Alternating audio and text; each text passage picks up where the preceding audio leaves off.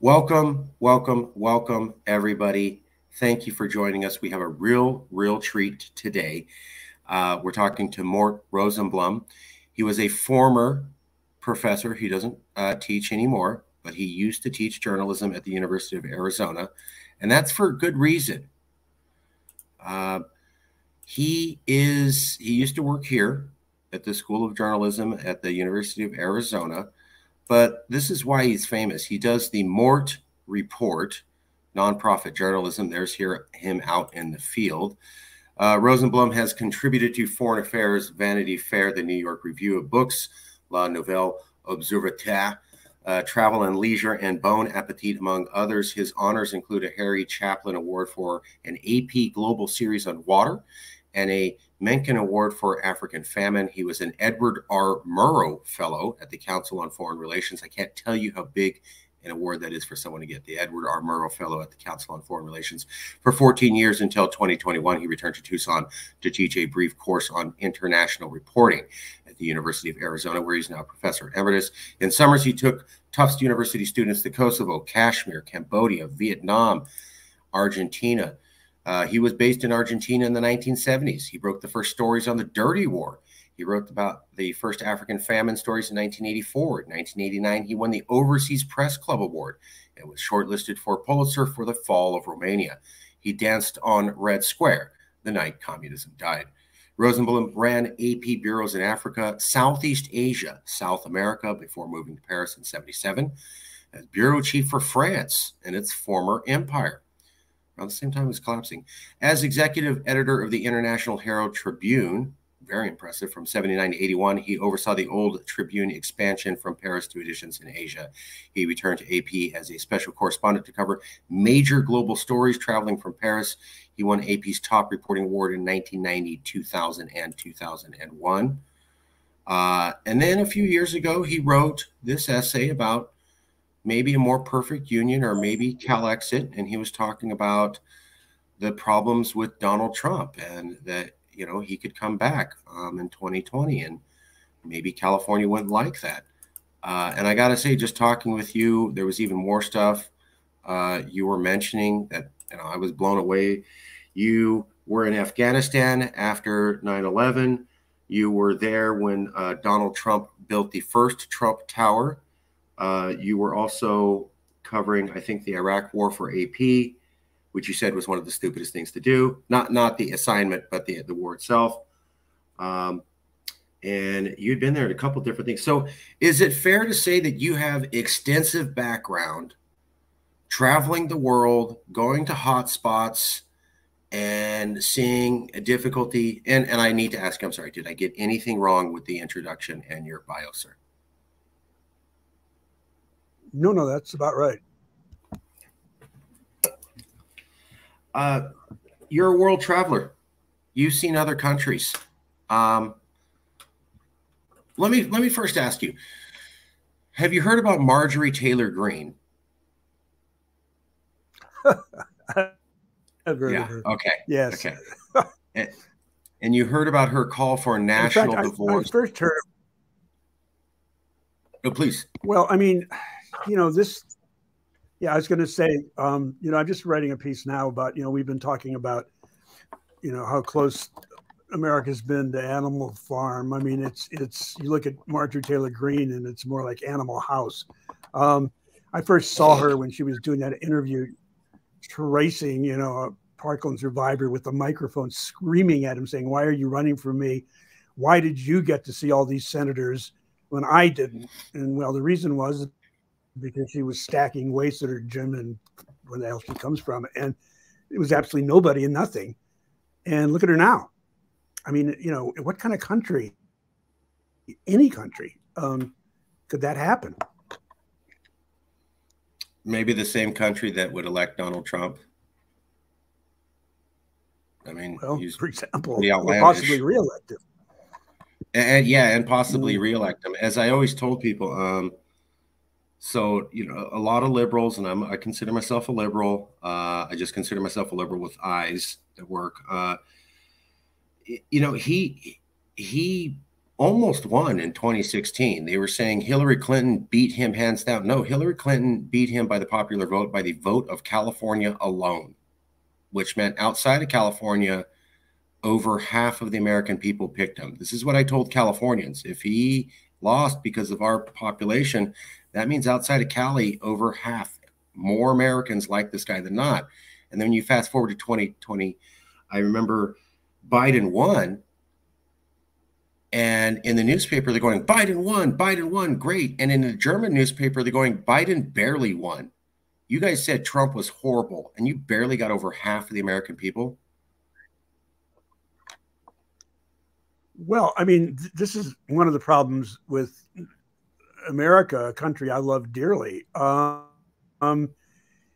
You know, the voice of the people is not necessarily, but it's our electoral college system. I mean, Trump won by, I mean, it was, we all know how that worked, and we all know about going back in earlier elections, Gore. I mean, had Gore won as opposed to Bush with the hanging chads in Florida, we would have had a serious address to climate change. We would not have gone into Iraq. We would have not done all these, I mean, there's just so much, but it in the end, it comes down to the electoral vote. And if a candidate can focus on the states with a lot of votes and not many brains, you could rack up a pretty decent score. But, Hillary, I mean, that was just, it took me a long time to warm up to Hillary. But I've traveled with her as Secretary of State. I've the truth. Sorry. But no, what I was going to say about Hillary is this woman would have been a really good president, because here's the deal. And this is really my main subject. I don't know if anybody who's ever, if you haven't seen The Diplomat, this Netflix series that just finished the first season, see it, because this is the problem. And it came to me so clear when I was watching the first Republican debates, and I'm watching Ben Carson explain foreign policy. And I'm imagining myself in the operating room, looking over his shoulder, saying, "Oh God, no, you're doing it wrong. There's all that red stuff right there. No, pick up that pointy thing and shove it there. No, what you should do is take that stringy shit and tie it here." I mean, he's probably a really good surgeon, but, running the world is not, a job for beginners, and you don't learn it on the job. And what makes Biden such a good president is he is trusted. He's known by the people who matter. I mean, foreign policy is not, what leaks this way or like. It's individual contacts. It's what happens when somebody walks into the room, who listens to who says what. I mean, I'm certainly no press agent for Biden, and I know some of his faults, but after Trump, just stabbed Zelensky in that business with the missiles. I mean, the thing trying to get dirt on Biden. And after Trump kind of fell all over Putin and dissed NATO and damn near collapsed NATO, which is what prompted Putin to figure nobody would really react if he walked into Kiev. Biden was the Germans. The Germans are given tanks and planes, and just in terms of so many things. I mean, Afghanistan. I mean, everybody is giving Biden crap about Afghanistan. I've been in places where things fall apart. I mean, I was there when Isabel was off the roof of the thing. I was in Somalia. I mean, I covered Vietnam. I mean, when something suddenly collapses, look at Sudan right now. I mean, it happens in a second. Trump had given everything away. He released 5,000 hardened Taliban prisoners. He cut a deal with them, which was total capitulation without involving the government in Kabul. His whole deal was he wanted to be able to say, "I did it myself," before he left. He left 2,500 troops in the country when Biden took over. Okay, so that's half as many as it would take to secure Bagram Air Base, which he says he would have been used and stuff, not counting the 35 miles between Kabul and Bagram Air Base, which are really harrowing. It's insane. And so what's Biden going to do? He moves the departure date forward so he can make deals. He's working with the president, with Ashraf Ghani, and all of a sudden, because Trump had demoralized, the whole Afghan army and the Taliban, they swooped in toward Kabul. In spite of that, they were able to make a deal with the Taliban to hold them off a little bit. Yes, that first day out of Kabul airport on one single runway was a real mess. But you had a CNN reporter standing outside saying, "Oh, it's so terrible. They're never going to get this out. It's the biggest disaster." The first day, which the first day is always like that. The second day, they began an airlift that got 125,000 people out. Sure. And let's remember, Biden has been against that. Biden has been against that war before it started. He's been trying, he never wanted the war in the first place. When he was vice president, he had a huge fight with the generals, and Obama went with them, and they said they saw some light at the end of the tunnel and stuff like that. So it was a disaster, but Yeah, and he also wanted to let Iraq be part of it. Well, but I wanted to ask you about. I'm talking about Afghanistan. It's if you're gonna fault somebody with something, stick with the facts.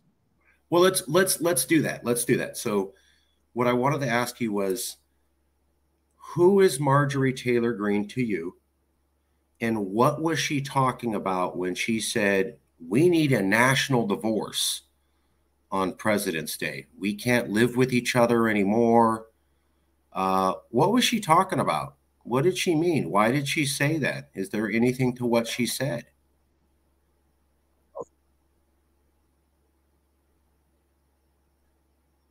Listen, and I've been a lot of scary, difficult places in my life, but Marjorie Taylor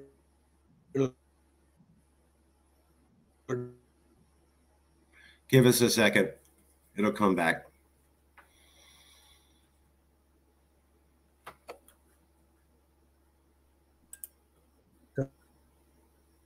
Sorry. The leader of the free world. It's not, we're only 5% of the world's population, and we're not that people look to for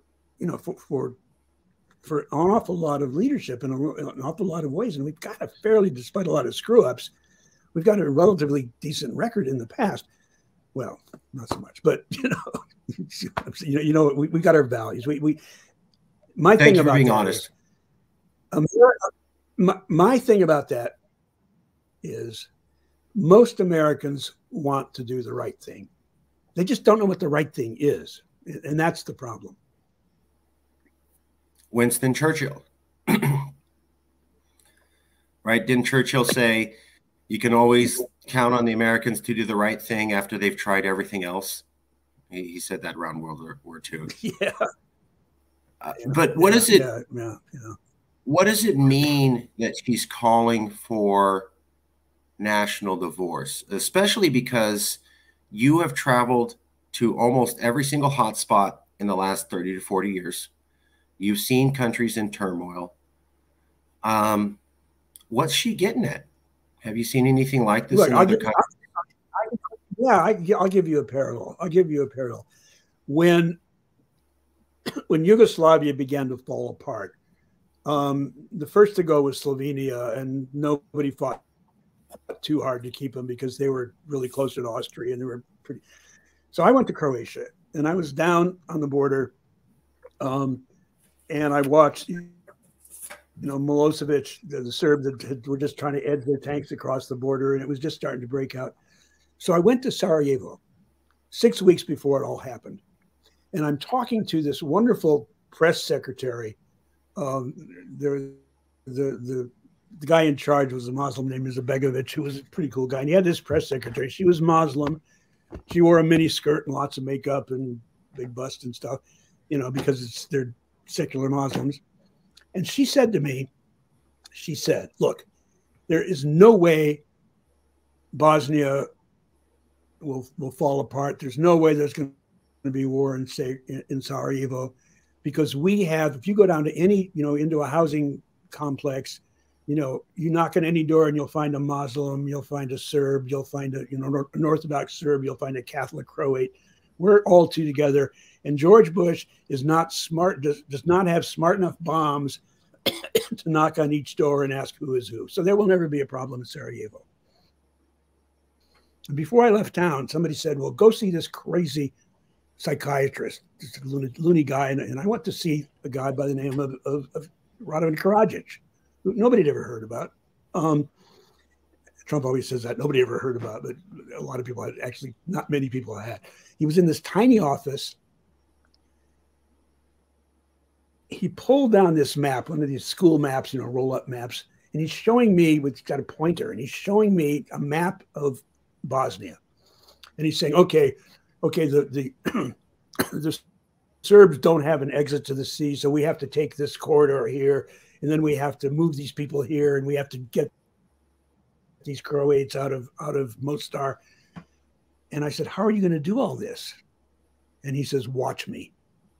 6 weeks later, there was a demonstration outside the Holiday Inn, and Serb gunfire from top floors started, raining down on the crowd, and Bosnia was at war. I mean, it doesn't take much. Societies, Jay, to hold societies together. Well, you were also there at the Biafra Civil War. I think that was where a section of a country, the southern section, I believe, of Nigeria, it's oil rich, and they wanted to break away. Still fighting. Well, no, they're still fighting. I mean, Biafra is a really good example. People talk a lot about colonialism in Africa and stuff.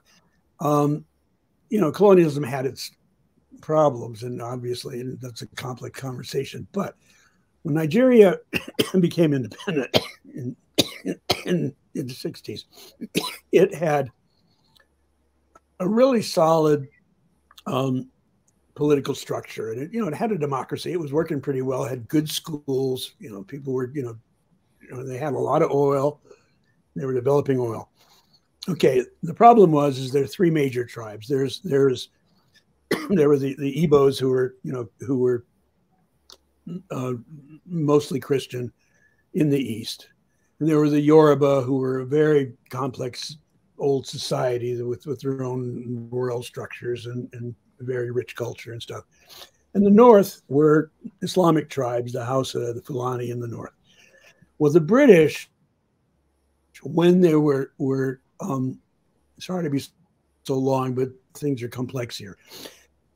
The British, in order to rule their colonies, would pick a docile group. And they picked the Igbos because the Igbos had that kind of society, and they trained them well, and they sent them up north to run the railways, and Igbos were all over the country. Okay, when there started to be tension, and back then I would travel. I mean, my name is Rosenblum, and I've got a fairly prominent nose. Okay, I've traveled in every Islamic country I can think of, except a few in the Gulf. Never had a problem because we're people of the book, and I could wander into mosques, and and it was plus African Muslims back then were pretty secular and easygoing. Okay, and really they were gracious. Imams would have me in, pour tea. We talk about stuff. Okay, so the Muslim tribes got pissed off at the Igbos, and there was a lot of killing.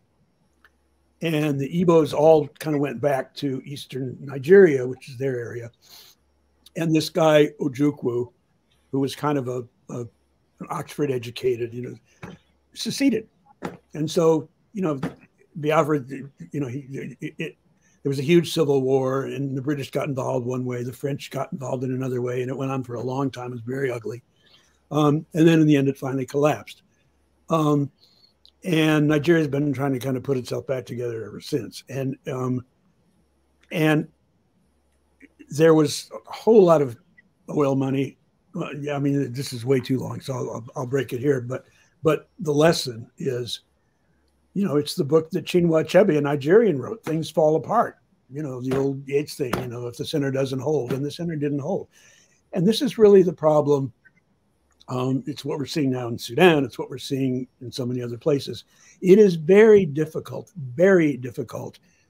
to get a multicultural society together, keep it together in a country, which the United States has managed to do fairly well, except for some problems back over the years. Now, when we had a real civil war, that was over a really serious thing. And despite, all the crap some people take now, a lot of people died on both sides defending other stuff. It's not like it was all, whites against blacks or, it was a very complex thing. It's all big wars and global events are. Now, this is just all about politics. It's all about people's greed. It's all about people's power. Take a look at the House. I mean, take a look at the extortion that Kevin McCarthy is pulling now with the debt ceiling, saying, okay, well, if you don't accede to our, to cut back on if you don't agree to rob from the poor to pay the rich, we're just going to default and the whole thing collapses. That's not a way to run a country. I agree. I was shocked during the Obama administration when I think it was twice that the president and the Congress went almost to the blinking point on shutting down the defaulting on the debt.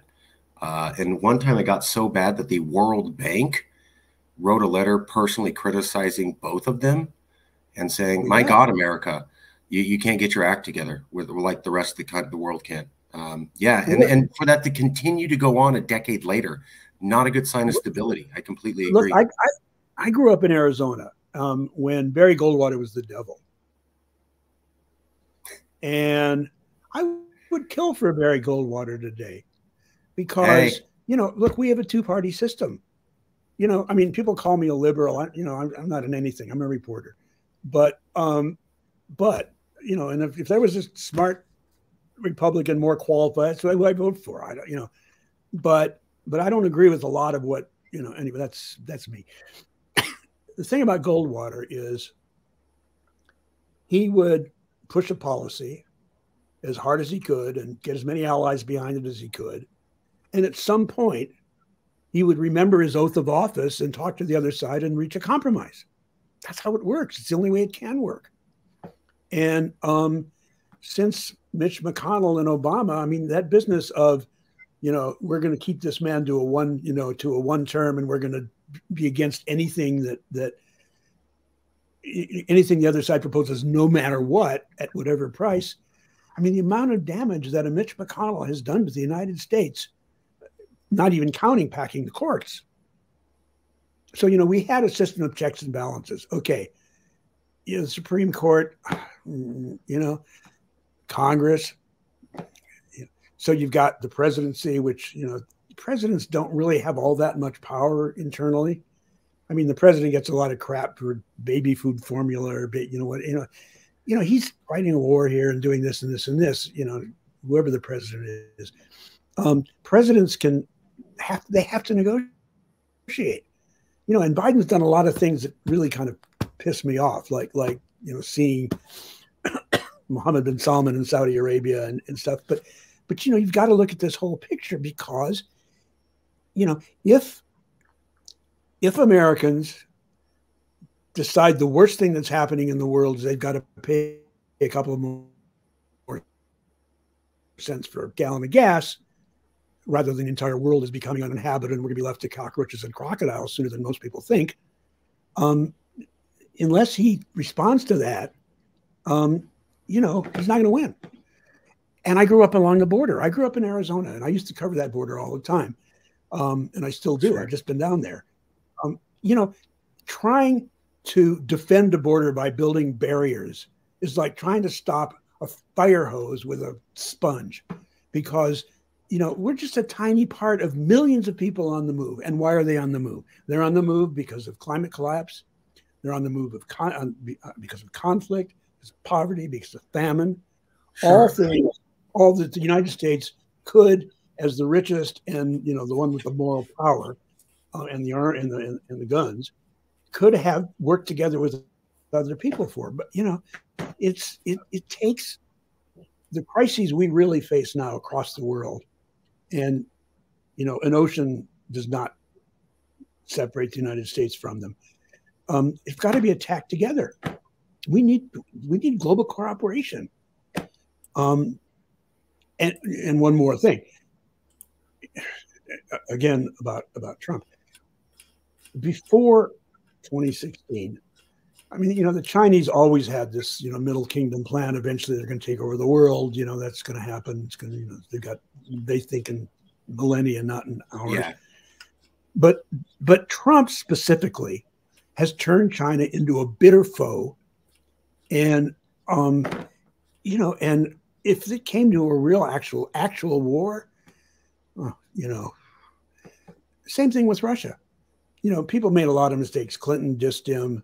Obama called him a regional power, which in fact is true. But diplomacy was not too great in 2014 when Ukraine started.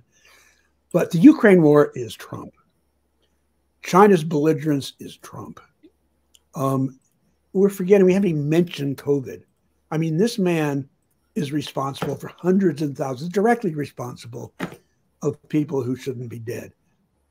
And I mean, that's a whole nother half an hour to talk about COVID. Yeah, I will add, whatever the death count is for Trump, and I'm not a fan. He made my mom cry. We're never going to get along. 500,000 to 1 million dead brown-skinned people who never had to die, compared to however many people Trump's killed. I mean, this is the George W. Bush death toll. I don't want to get into it, but I'm always like, yeah, Trump killed these people. If we're going to compare body counts, let's compare W. He's got 1 million racked up, and nobody cares about those folks. So I would like. Sorry, it's not the same thing. I'm agreeing with you about Iraq and about Bush. We did not need that war, and a lot of people died needlessly, and much worse than that. All this stuff that we now face today, all the terrorism, I mean, ISIS, Al Qaeda, all these things, they trace back to that. You know, so yeah, Bush has got an awful lot to answer for, but that's got nothing to do with a man who purposely underplayed a deadly plague for his own political purposes. Sure. I mean, that it's not the same thing. I'm not saying one's better than the other. They're both bad, but I mean, one is a personal choice. Bush fucked up.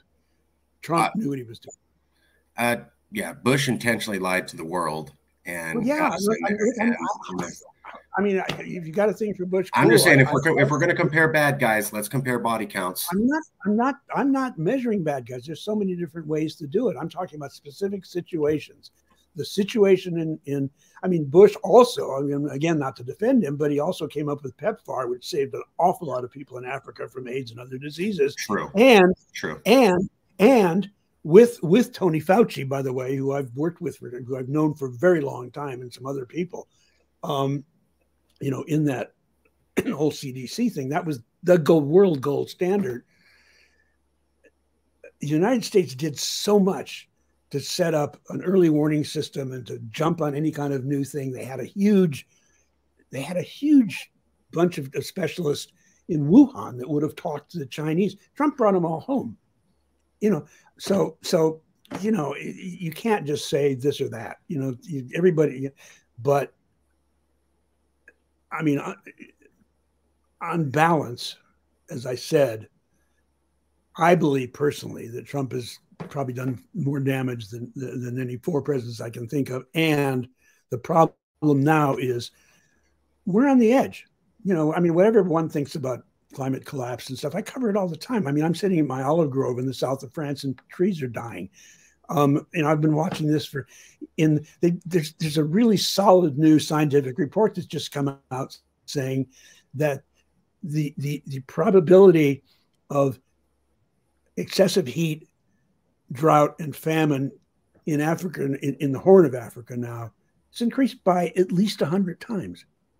It doesn't take, it's not rocket science. You want to see what's going to happen, just put a bag over your head and hold it tightly around your neck when there's no I don't want to get into the climate change thing because I'm a climate change expert. I study it in my day job. And I always tell people, if you have a problem believing it's real, get in your car, in your garage, close the garage door, and turn the car on. Yeah. And then tell me if it gets more difficult to breathe and hotter. It's the exact same physical concept. So go ahead and do that and tell me, I don't notice any difference. We didn't make it hotter in here. It's the same. Come on. But here's another thing. So what's the solution? Okay.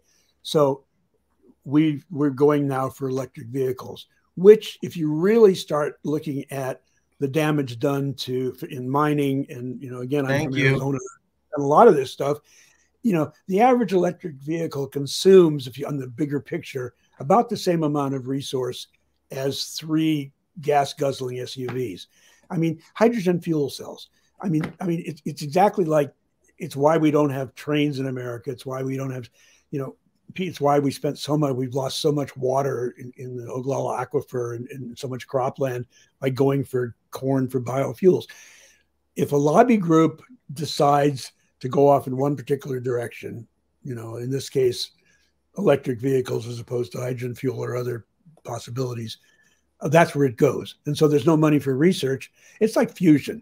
I mean, just up the road here in France, there's this huge thing where the Cadastre, where they're studying, ways to do it. We've made just a serious but small breakthrough in being able to. Fusion is a huge deal. It's sure. Every time I ask an expert about it, they say for 30 years they're saying, oh, it's 10 years away. But if real resource was put into it, I mean, you could. The whole energy thing would be completely, and the whole idea of tearing up the earth to be able to get the resources to do stuff would be gone. I agree. But let's get back, if I can. I want to ask you about something you had said. Well, because I love all these topics, and we can talk about climate change, we can talk about Star Trek, we can talk about what I'll go off. But how polarized, if Trump is the worst that we've seen, how polarized did he make America? And before you answer, Professor, I would like to show you this one chart. This chart comes from the Wall Street Journal in 2020. And it talks about how people identify. So in 1974, 45% of Republicans identified as hardcore conservative. In 2016, it was 76%. In 1974, only 28% of Democrats identified as hardcore liberal. In 2016, it was 59%. Almost both of those doubled, and they went from under half to now over half. And this trajectory is going back. Well, it looks like it plateaued from the 70s to the 90s, but it looked like we had a problem around the 90s, and there's a slight incline in polarization for both of them going back to the 90s. We've looked at a couple other studies. It looks like this goes back to the 90s. If polarization was on an incline from the 90s, how much more upticked, accelerated did Donald Trump make it in his 4 years? Well, he sold pretty good. He was pretty good at selling snake oil. I mean, that's a professor's question. I'll give you a reporter's. Okay, fair enough. I just came back from 4 months in the States, mostly Arizona, but I stopped off in Washington to sniff the air. And then I went down to Florida because I wanted to take a closer look at DeSantis in Florida. My last encounter was an Uber ride to the airport.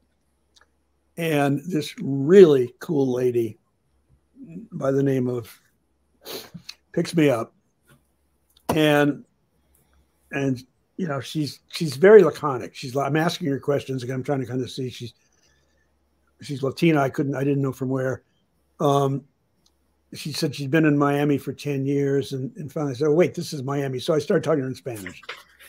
And she immediately just sparked alive. It was like, I mean, it was just this fire hose. And she was going on. She says, okay, she's a poor mother who works her ass off and drives an Uber all the time, you know, to make so and so and on and on. You know, just the perfect, you know, from Arizona, that's the perfect stereotype of a Democrat voter that really hates what the Republicans are saying. This is Florida. So I say to her, well, what do you think of DeSantis? And she says, oh, I love him. I love him. I love him almost as much as I love Donald Trump. You know, and I'm sort of sitting there and I'm saying, you know, and because. And she says, well, look, I'm a mother and I'm a very devout Christian. I'm a Catholic. I'm from Colombia. And they believe in God and they believe in my values. And I don't want my daughter to go to school and become a homosexual. And I don't, you know, and she's telling me, you know, all this stuff that, you know, remember Trump doesn't know which side of the Bible is up, you know, this is bullshit. But she believes they're bullshit. And this is a smart woman, you know, and people, and I get this all the time. I mean, I used to go drive around before the election. I spent a lot of time cruising Arizona because that's talk about out there states. And I mean, I came down before the election. I mean, but when Obama, just before the election, I was driving down this little road down from Las Vegas, a little crossroads called Wickiup. Big sign said Chicago dogs. And I said, well, that looks pretty good. So I stopped. Those are good, by the way. Yeah, they're wonderful. And I go inside and there are these two big guys with tats here, you know, and a big, you know, and then an old guy, you know, there. And I say, oh God, I say, where I am. The big sign saying, we the people are pissed off. And I said, well, what are we pissed off about? And he says, Obama. And I said, what's the answer? Oh, rope. And I said, oh, great. You're going to lynch my president. You know, I mean, you know, and this is what these guys are. I mean, I was talking to another guy who owns a cafe and a restaurant pretty racist. On the California border, and we're talking, having a nice conversation. And I asked him, I say, well, explain to me what the attraction, what the Donald Trump attraction is for so many people here. And he stood up out of his chair and he put his hand on this revolver, on a, you know, monster dog leg revolver on his hip. He says, I'm starting not to like this conversation. And I said, well, then it's over. And I walked away. But I mean, you know, they listen to this radio and I'm listening to them, you know, all day long, banging away in their ears. You know, I mean, Fox News is like, you know, is like Radio Moscow compared to you know, the real stuff. And people hear this. They hear it over and over and over again, and it's the big lie. I mean, look what Goebbels did with the big lie back when they just had a few newspapers and some crackling radio signals. Mm-hmm. You know, now you got the net. And I mean, you know, Hitler used to go to rallies. You know, he didn't have big jumbos back then, but he would fly in and land. I mean, it's like, you know, so, you know, it's the big lie, which the Republicans have managed to appropriate. So I think if I can, I totally hear what you're saying, and I liked your story about Obama. That's a pretty damn racist thing for that guy to say. And this is before Trump. This is when Obama, and I heard similar things. And I remember people going, oh, America's together. We're post-racial. We turned a corner. And then I remember the Miss America pageants, and there were 2 in a row. And one was a Lebanese girl. She was an American. Her parents were from Lebanon. And the other one was an Indian girl. Same thing. Her parents were from India. Both times, the reaction from ordinary Americans was, what the hell is that brown-skinned person doing representing my country? Doesn't she need to get her job back on? Shouldn't she go back to Pakistan or wherever she's? And it was so bad. The national media had to go, wow, huge backlash to Miss America. And this is while Obama's president going, hey, we're all one people. And I'm going, wow, are we? Because the middle of America hates these brown-skinned ethnic women representing the U.S. I mean, it was so bad. NBC News, ABC News had to go, damn, Wow. That's Yeah, before Trump. That's before anybody's even talking about Trump. This Good whole signs, bad signs? this whole people of color thing. I mean, it's just look, if there is no difference intellectually, a couple of physiological things about but melatonin and but if there's no difference among races, among people's intellectual capacities, among people, what is the whole thing? I mean, what does POC, what does people of color mean? I mean, brown skin. Okay. In Arizona in August, I'm a person of color. I mean, it's there's so much mix. I mean, everybody has so much background. We all go back to the same gorge in Tanzania. I mean, it's like nuts. And I mean, even Africa, I mean, African Americans, I spent so much time in Africa. And it's not, I mean, Solomon Islanders are black, Tamils are black, they're not African Americans. And, and it's not like, there's a whole lot of things we need to, I mean, there was a lot of social caste things. And yes, I mean, there was an awful lot. I mean, I'm not denying that there's a serious racial more than racist problem in the States. And there's a lot of, but you can't fix past wrongs. I mean, Sure. We talk about slavery. I mean, I've been to all the slave ports down the coast of West Africa and to Zanzibar. It wasn't like white guys went ashore and captured people themselves. They never left their ships. They didn't dare. Slaves were delivered wholesale in chains by rival chiefs. Oh, right. But what I'm getting at is, if we had those racist episodes, how much more racist, how much more polarized did Trump make it if we were having racist episodes under Obama, and if this chart shows us getting polarized in the 1990s? Well, I mean, picture him coming down the stairs at Trump's dump up on on Fifth in the park, saying Mexicans are rapists. I mean, thank you. Or how about, okay, we're going to ban all Muslims until we figure things out. We're going to ban all Muslims. So it's definitely a step up. Things were not great, but he definitely ramped it up. That's what he did. I mean, he knew where his stuff was. He hit the evangelicals because he knew he could con them. And his whole thing. I mean, this fear of the other. I mean, I'm going back to my thing about the border. You can't. It's just. It's a reflection of a global pattern. And I mean, of course, there's a lot of people at the border now because Trump made it impossible for people to come in for so long. He was pushing on the string for so long. And all of a sudden, and people sort of said, oh, well, now there's a decent man, and all of a sudden we'll take our chances, and they'll flood the border. And Biden is caught in the middle because he's trying, on the one hand, he's trying to deal with the people that don't want all the people there. On the other hand, the only way you can do that, I mean, we wrote the Geneva Conventions beyond signing them. I mean, if a person is seeking asylum, he or she has a right to a hearing. That's just how it works.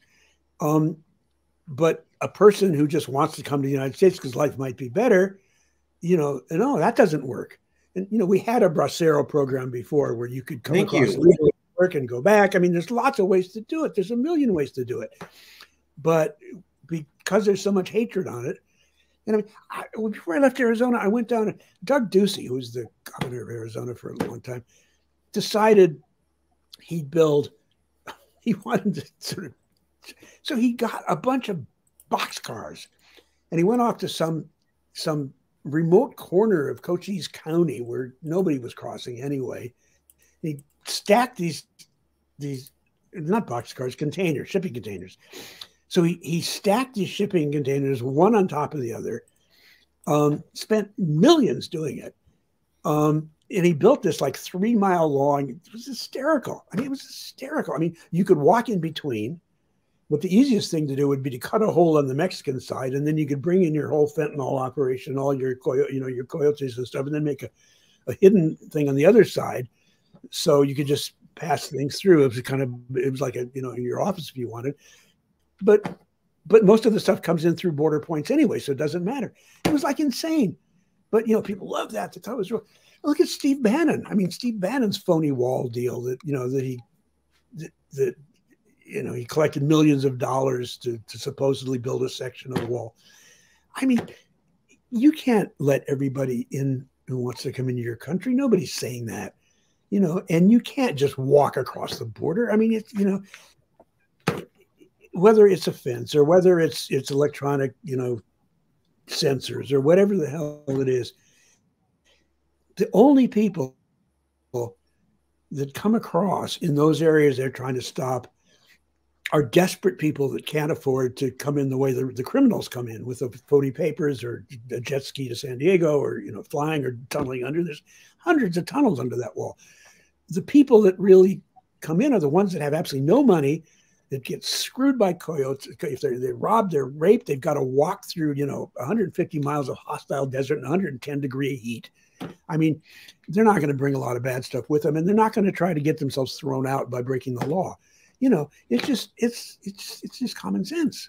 Thank you. Thank you. Thank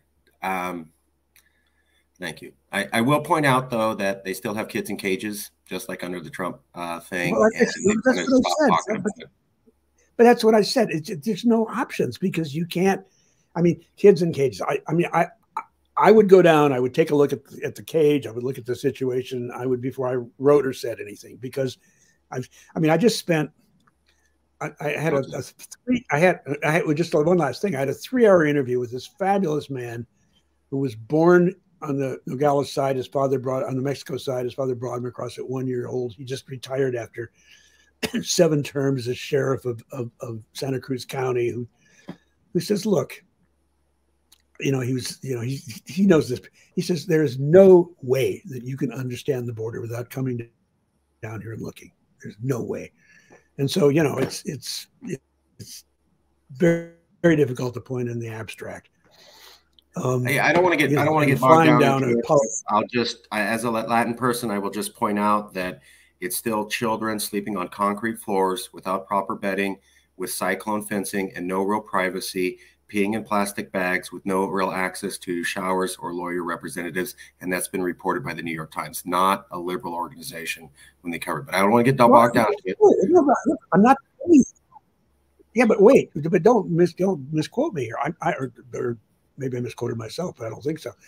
I'm not saying it's not a problem. I'm not saying what they need to do is they need to get a shitload more better facilities. They need to get justices of the peace down there, are qualified people to do interviews. They need a million things that they don't have and they're not getting.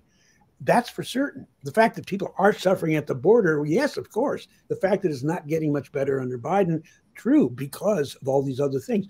But the real problem, again, and that I covered Central America during the Contra days.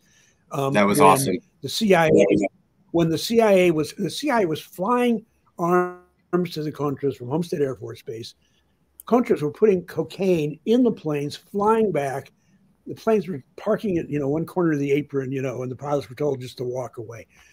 Reagan was saying, just say no to drugs. And, you know, or Nancy was saying, just say no to drugs. And Reagan was saying freedom fighters. You know, this comes back from the 80s. And so what do? I mean, these generals, again, when I did Argentina, I mean, the dirty war. What did these guys? These guys went up and they did technical training and they taught the Central Americans how to torture and kill. This is not new. This is not new. And this is my whole theme. It's what I'm getting back to from the beginning. We have to understand these problems in their global context and address them together, because until we stop the push, we will never stop the pull. It's not because I remember a woman, a really cool Mexican woman, when they first started in Tucson, there was a big rally when they started talking about this stuff years ago. And some people had Mexican flags, and this guy came up and waved a flag in her face and says, "Where's your flag?" She pulls out an American flag and says, "Here, you want to burn it?" And she says, "Look, yeah, I sneaked across." She says, "I couldn't feed my family." She said, "You think I want to clean your toilets for $5 an hour?" She got legal. She has 2 daughters. One's a lawyer, one's a professor. You know, we can work it out. I love that story. I love that story. I'll share it with you because I know you'll get it. I don't typically bring this up. My grandfather was illegal, but when he came over, he started a automotive repair shop, and he employed half of the young boys in that town.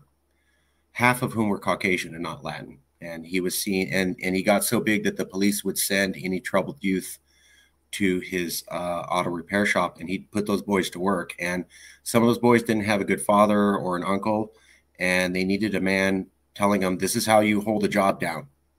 And not all of them, but some of them got their life straightened out. So absolutely, I'm all about it. I did want to ask you, because the thing that grabs me about you, Professor, I'm sorry, Mort, you've traveled. You've been to all these hot spots as they're popping off.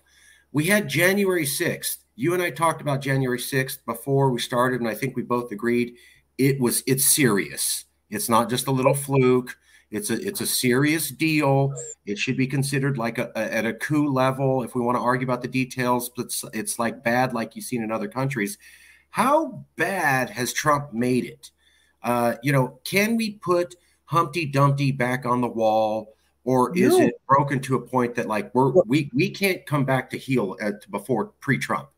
The 14th Amendment says very clearly, and it's a lot clearer language than the Second Amendment, if a person who has incited an insurrection is permanently barred from any public office, president or dog catcher, the entire world saw it in real time.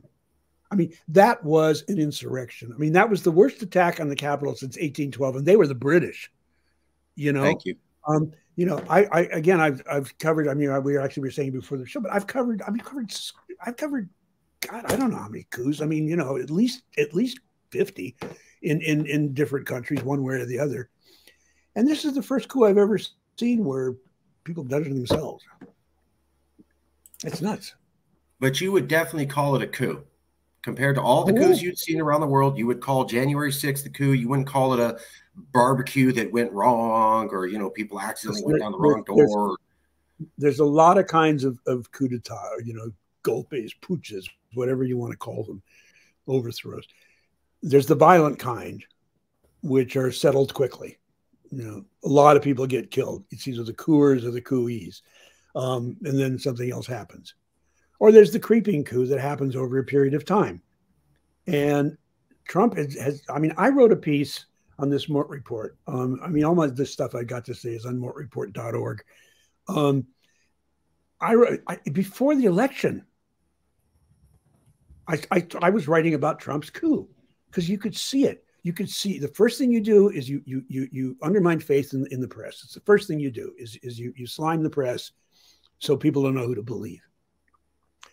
Then there's this whole series of demagogic steps. I recognize it. Not because I'm so prescient or anything like this. I've seen this shit. This is my profession. That's why I wanted to talk to you. And yeah, it's a coup. It's a coup. And it might succeed. The fact that he's not locked up and hasn't been locked up for a year and a half means he's already succeeded. I mean, it's insane. Thank you. It's insane that someone could pull this off on live TV. We heard all this testimony. We've heard all the stuff that's come through on a bipartisan committee, despite what the Republicans are trying to stonewall it. I mean, it is open and shut. It's as open and shut as the two impeachments. It was the earlier impeachment. The Ukraine thing. I mean, please. I mean, don't we see by now how important it was that Zelensky had those missiles, and that Russia got a clear message that America was helping them? I mean, don't we see how important that perfect phone call was, and what a treacherous, treasonous thing that was? But the guy wasn't impeached because it got laughed out of the Senate.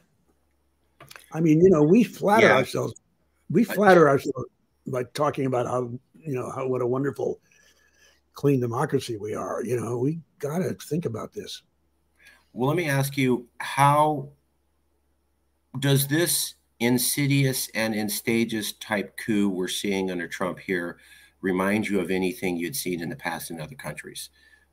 Is there other insidious, slow burning coups that you could?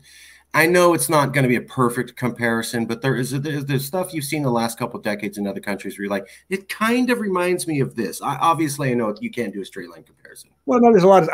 With a friend of mine, I almost wrote a book, which I'm sorry we didn't do, but we were going to we're going to call it the Demagogue's Handbook or something like that. And I mean, essentially go through this kind of stuff.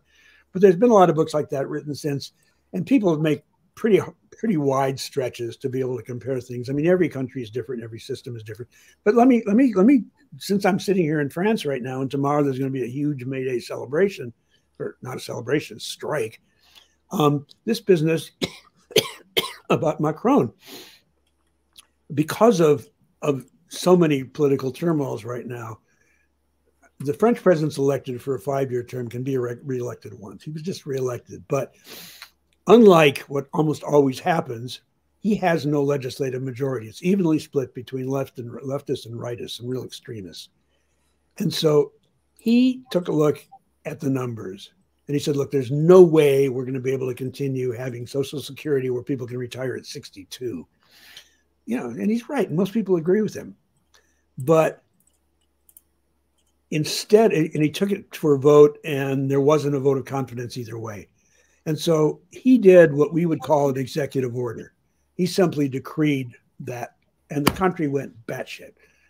You know, not because, because he was going to raise the retirement age from 62 to 64, but because the president, disrespected the democracy.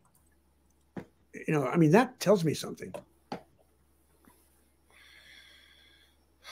Well, but do you have examples of a insidious, slow-burning coup that you saw in other countries that you're like, okay, this reminds me of that time there? You look at Turkey, look at. I mean, periods in Greece. Look at Hungary right now. Look at again, when you start picking at the edges, and you can make differences, but there's lots. I like examples of Turkey and Hungary. I think those are slow burning, insidious. Erdogan came on in Turkey as this democratic reformer, and then he gradually, turned more dictatorship. Orban in Hungary, I think, shocked the hell out of everybody with how quickly he, won a fair, like Hitler, won an election and then set free and fair, and then started turning things, bad. But I cover just one more thing. I cover these things in historical. I mean, in 1989, I covered most of the coups, and Hungary was one of the first places I went. And I would go out and I'd talk to the dissidents when they were still, and in the early 80s when they were fighting. And people fought so hard in Hungary to get democratic. And I mean, there was the Hungarian Revolution, and the world has spent so much time trying really hard to help these people break away from this kind of dictatorship stuff. And then now they're going back to it. Sorry, go ahead. What were you? No, you're right. You're right. You're right. The next question I wanted to ask you was, and when you agreed to this interview, I was like, oh, I'm definitely going to ask you this. So there is a book out by Barbara Walter. Let me get this right. Barbara F. Walter. It's called How Civil Wars Start and How to Stop Them. Came out in last year. Walter has a political scientist's fondness for data sets and numerical scales. She says that the United States is firmly within the danger zone of a 5-point scale measuring factionalism and a 21-point scale measuring the country's polity index, where full autocracy gets a -10 and a full democracy gets a +10. We've slid from +10 to +5 in a few years, occupying what Walter and her colleagues call the not quite democratic and not quite autocratic zone of anocracy. The numbers serve a function, corralling troubled observations into a cold system of measurement that presents itself as beyond dispute, seemingly nonpartisan and scientific. The numbers also allow her to offer an empirical grounding for her work. Today, the Republican Party is behaving like a predatory faction. And this was her idea. So an ethnic entrepreneur seeking to amass power by making bigoted appeals to a particular group doesn't need an especially sophisticated disinformation campaign to get people to feel fearful and despairing. convincing them to turn against the democracy that includes people they hate. There's comfort in assuming the autocracy has arrived with a military coup. America lucked out, Walter said, because its first modern autocratic president was neither smart nor politically experienced. She ticks off a risk factors that have already been here: factionalism, Democratic Day, lots of guns. Basically, what she's saying is she is a analyst for the CIA. She's not a CIA agent. She and her people are analysts. And what they did over the last 2 years was they came up with a metric so they could tell the CIA, this country's about to collapse. Get ready. Tell your agents. And supposedly her metrics are pretty good, and they've developed. So this metric system she developed for the CIA for the last 2 decades, she's now saying America's ticking off the terms towards collapse. And this has been a pretty good metric for us predicting collapse for the last 2 decades. And I helped design it. And I'm scared because I'm an American and we are meeting our own metrics and falling down. Is she wildly off? Could never happen here. No, of course it could happen there. I mean, the thing is, we talk about civil wars. I mean, we had a real civil war, and I mean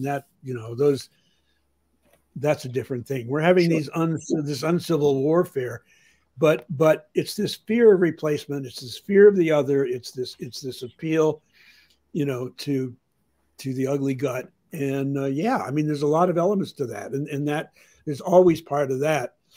I mean, I point to the Sudan right now, but I mean, there's just so many different places you can show where, but the crazy thing about the United States is we just had midterms. All right. So there's a lot of crazies on the Democratic side as well, which scared off a lot of people. So, but what happened? The turnout was 45%. 45% of eligible voters bothered to cast a ballot. And the lowest turnout was among the 18 to 30 group, the people who have the most stake in the future.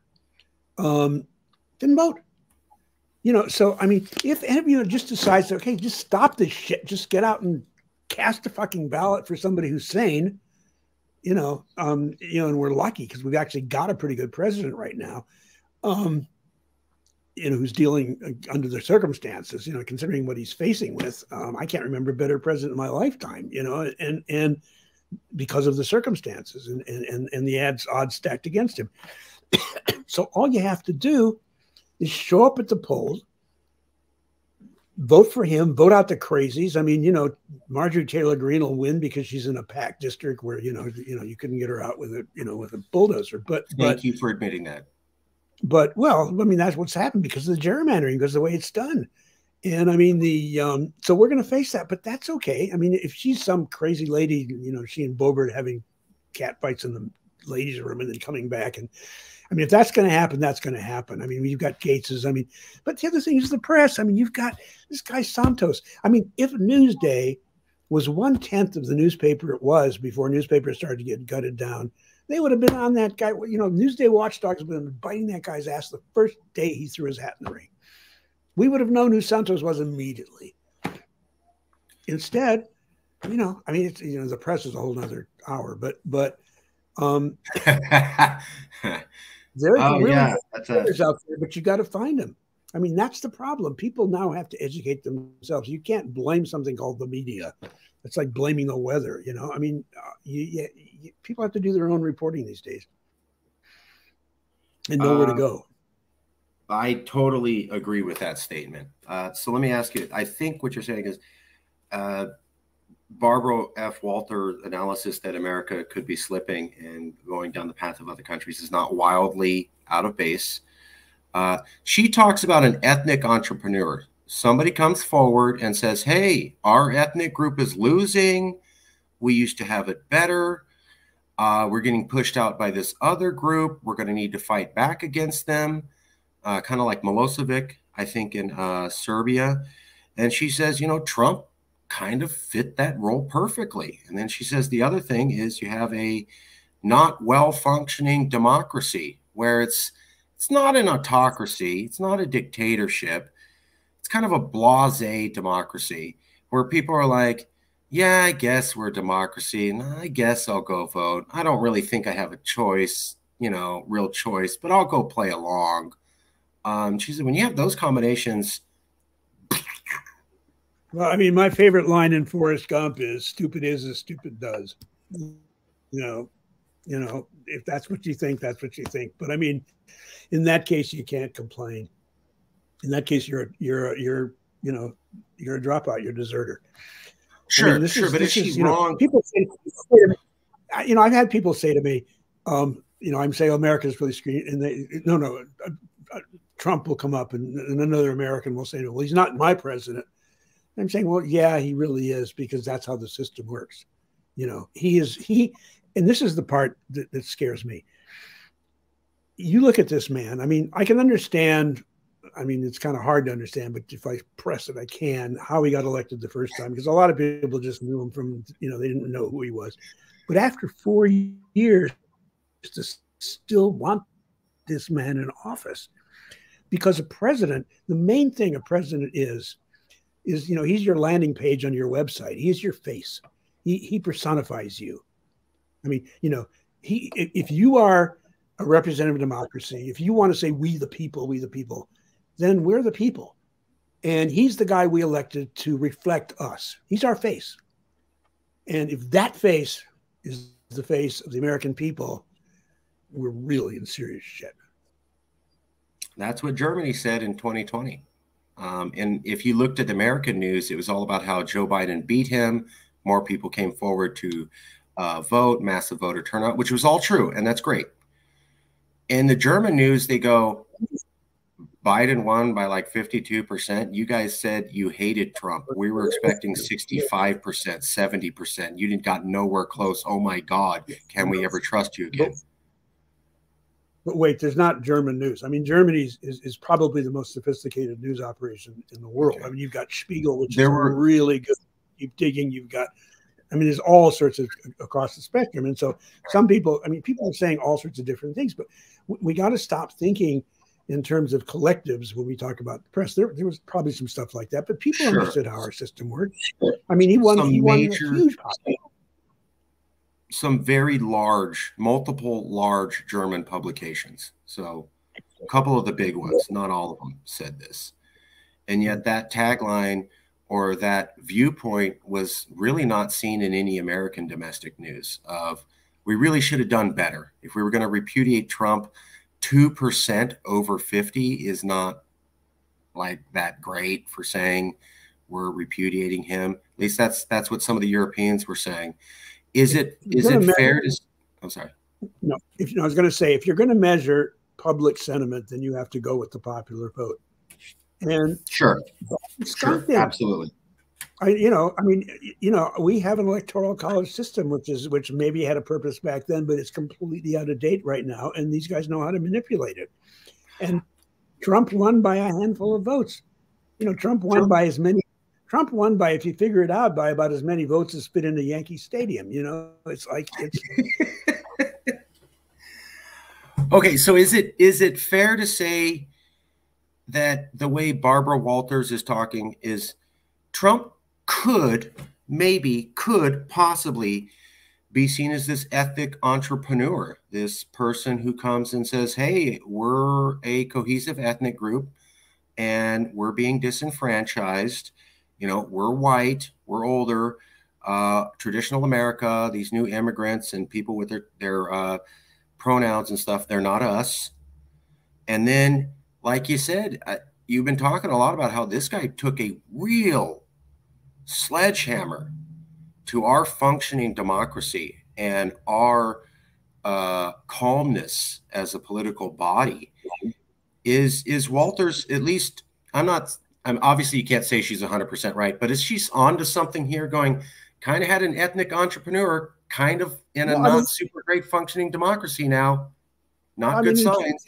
In general, that's how his colors. That's how coming down the stairs and saying Mexicans are rapists. he came out and said, and he told the evangelicals. There was another really good New Yorker piece I saw. I can't remember what the detail of it, but essentially it was, what he told the evangelicals at the very beginning. I'm your God. You know, I mean, how can, if, you know, I'm no Christian, but, you know, but I've read various versions of the Bible and I've kind of, you know, and I mean, what would Jesus say to this guy? You know, the guy who, you know, throw the soldiers out of the temple and be kind to strangers and, you know, all this stuff. Yeah.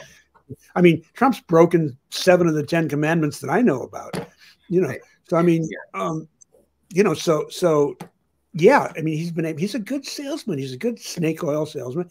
But here's the difference. And this is the whole thing. The people that Walker's talking about, and, you know, they vote, they show up at the polls, and they're not the minority. I mean, the majority. But if people are too cool to vote, or they don't care, or they're too busy doing something else, or they don't like Biden because he looks older, because he does something, or because they want Bernie because he's not old, or whatever. You know, if they don't vote, or they vote for some third guy who can't possibly win, then the bad guy wins. I mean, it comes down to a choice of 2 people, you know, and it's certainly not, you know, I hate this overdone cliche, you know, perfect is the enemy of good, you know, but I mean, you know, you're not going to get the best thing. You're going to get the better of 2. Right. And I mean, Biden, Trump, come on. So, you know, so it all takes is voting. All you have to do is show up. You just have to show up. You just have to cast a ballot. That's all you have to do.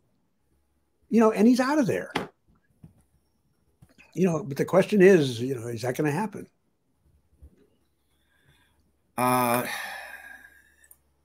The thing for me was, I remember when Trump got elected, and I really, really, Professor, appreciate you bringing up the fact that he said Mexicans are rapists. Thank you for saying that.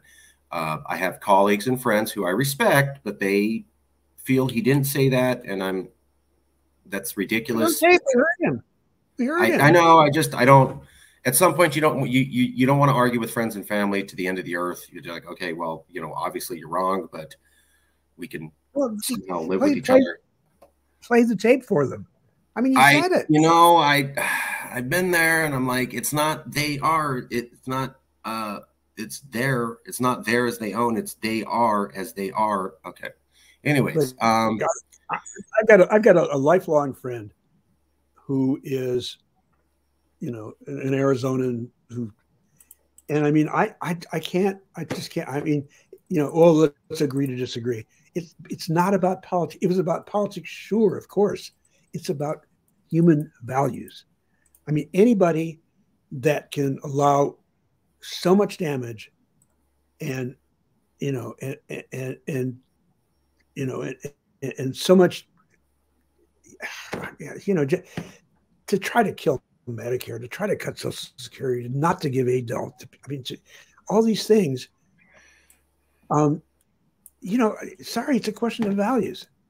And I mean, if you play by the rules and you win, okay, fine, you win. So, you know, whatever it is, you know, okay, that's how it is. That's how our system works.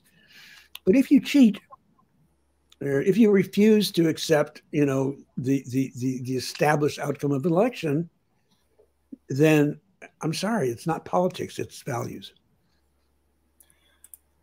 And that's the thing that gets me is Trump was supposed to be completely repudiated during his 4 years. He wasn't. He was supposed to be repudiated during 2 different impeachment trials. He wasn't. He was supposed to be repudiated after January 6th. He wasn't.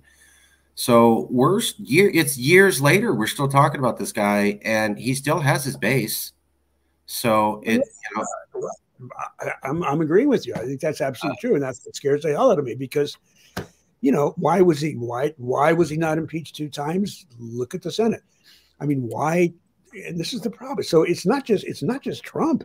It's all these people. I mean, listen to Jim Jordan, or this Blackburn woman from wherever she's from, ask questions. I mean, listen to the way they try to get facts. I mean, listen to the line of questioning in the Senate impeachment trials.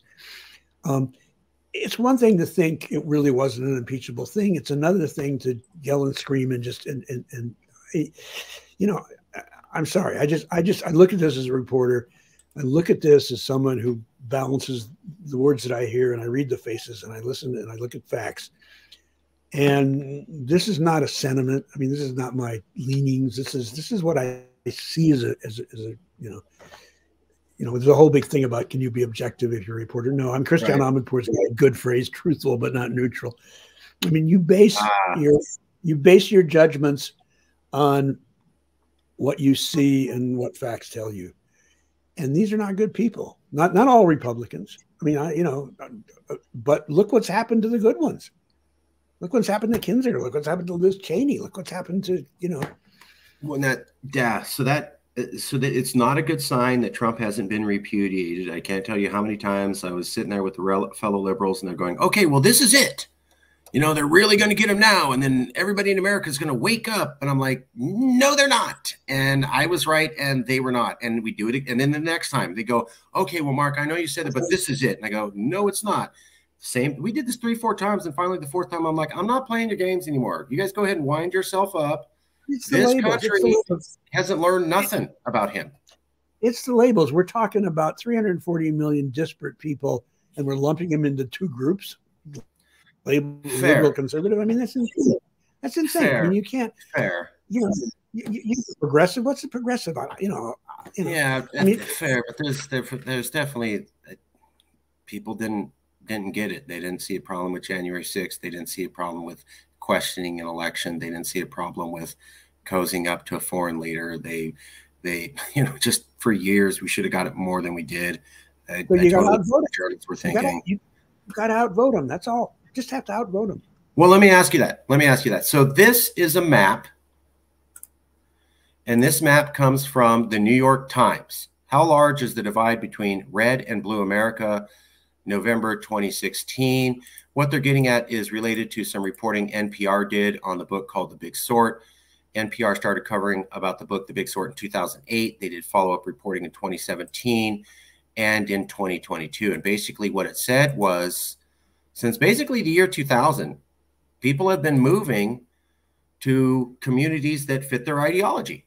And that has massively changed the political dynamics. So if you go back to 1992, which is the map in the top left, so top left corner, what you're going to see is a map that's half gray. There's some red blotches in the middle and then blue blotches. What that means is that red is where don't even run if you're a Democrat, you have no chance. Blue is don't even run as a Republican, you have no chance. But gray is you could run as a Republican or a Democrat, like you were saying, Mort.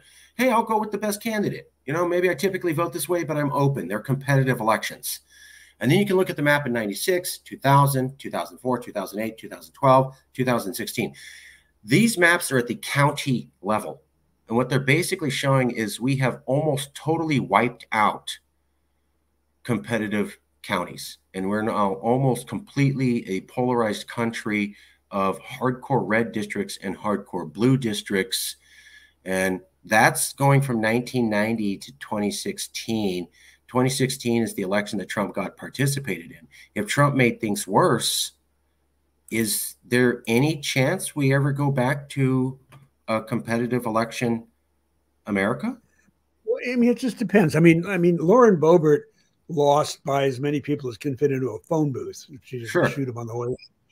And in Arizona, a lot of races were very, very close, very, very close. I mean, a good governor won, a terrible superintendent of public schools won, a good senator won. Super mega close elections, though, right? So this is my mantra. This is my shout it from the roofs theme song. If more people, those analyze the people who vote. That stuff analyzes, and big data is not my thing. I look at it and I put it into my thinking, but I talk to mood. I talk to lots of people and I weigh lots of things and I try to figure out why they're saying things and how they're saying things. And my thing is this: the people that matter are the people that don't show up. It's all about turnout. I mean, in Europe, it's not surprising to have turnouts of over 80%.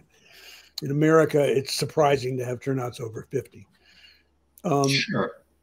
You know, Sure. I mean, it's just you got to take part of it. Democracy is not a spectator sport. You know,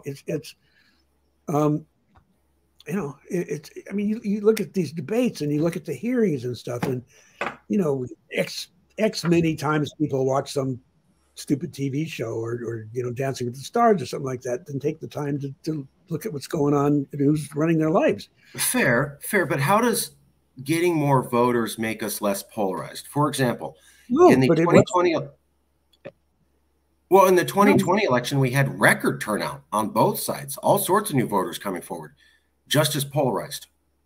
So well, yeah, it depends upon, you know, what. Look, the cohorts that these analyses talk about, and you know, and the Trump thing, older white people, these people are much more prone to vote.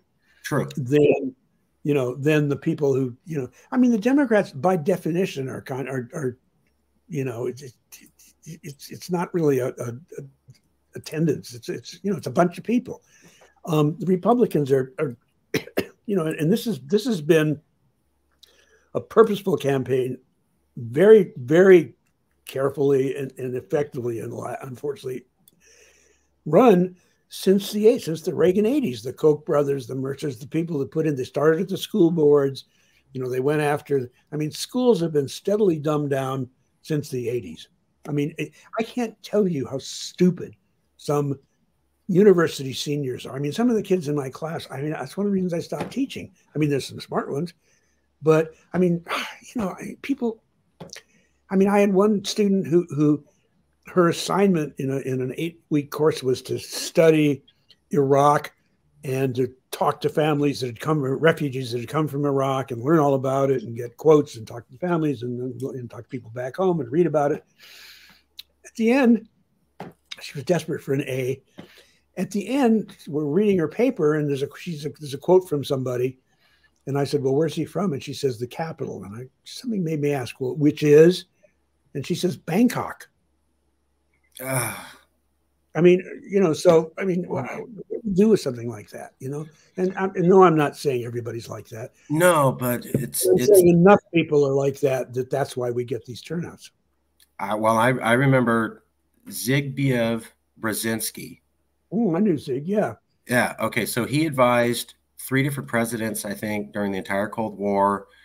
Helped basically win the Cold War. When he retired, he was in Europe, and they interviewed him when he was retired. And he said, the American people are so ignorant about the rest of the world, and they don't care, and they don't want to know, that we could basically do whatever we wanted because they had no idea of what we were doing anyways. Said that to a European newspaper after he retired. Well, and that was back a long time and that was ago. Back then. That was a couple decades ago. He was saying that. It can only be, and it can only be worse now. He was talking about people in the 90s and 2000s. You're talking about students now. It's worse now. You could expand that exponentially. I mean, today, I mean, it's true. Yeah, we have so much power and so little understanding. Well, I mean, you know, the old jaywalking, you know, when Leno would ask people questions. I mean, there was a pretty smart one just recently I saw somewhere, and somebody's asking, like, what was Elizabeth the queen of? And somebody said Brazil. Somebody said Egypt. I mean, you know, I mean, it's like, I mean, I remember one time after they invaded Iraq, a team from New Zealand came up. I'm sorry, a team from Australia came up, and they stopped people on the street, and they showed people a blank map of the world, nothing labeled. And they said, okay, we've invaded Iraq. What should we invade next? And somebody would say France, you know, because they'd voted against the invasion. And the guy said, okay, good idea. Well, show me France. And the guy said, he couldn't find it. And so the guy points to Australia. And he says, here it is.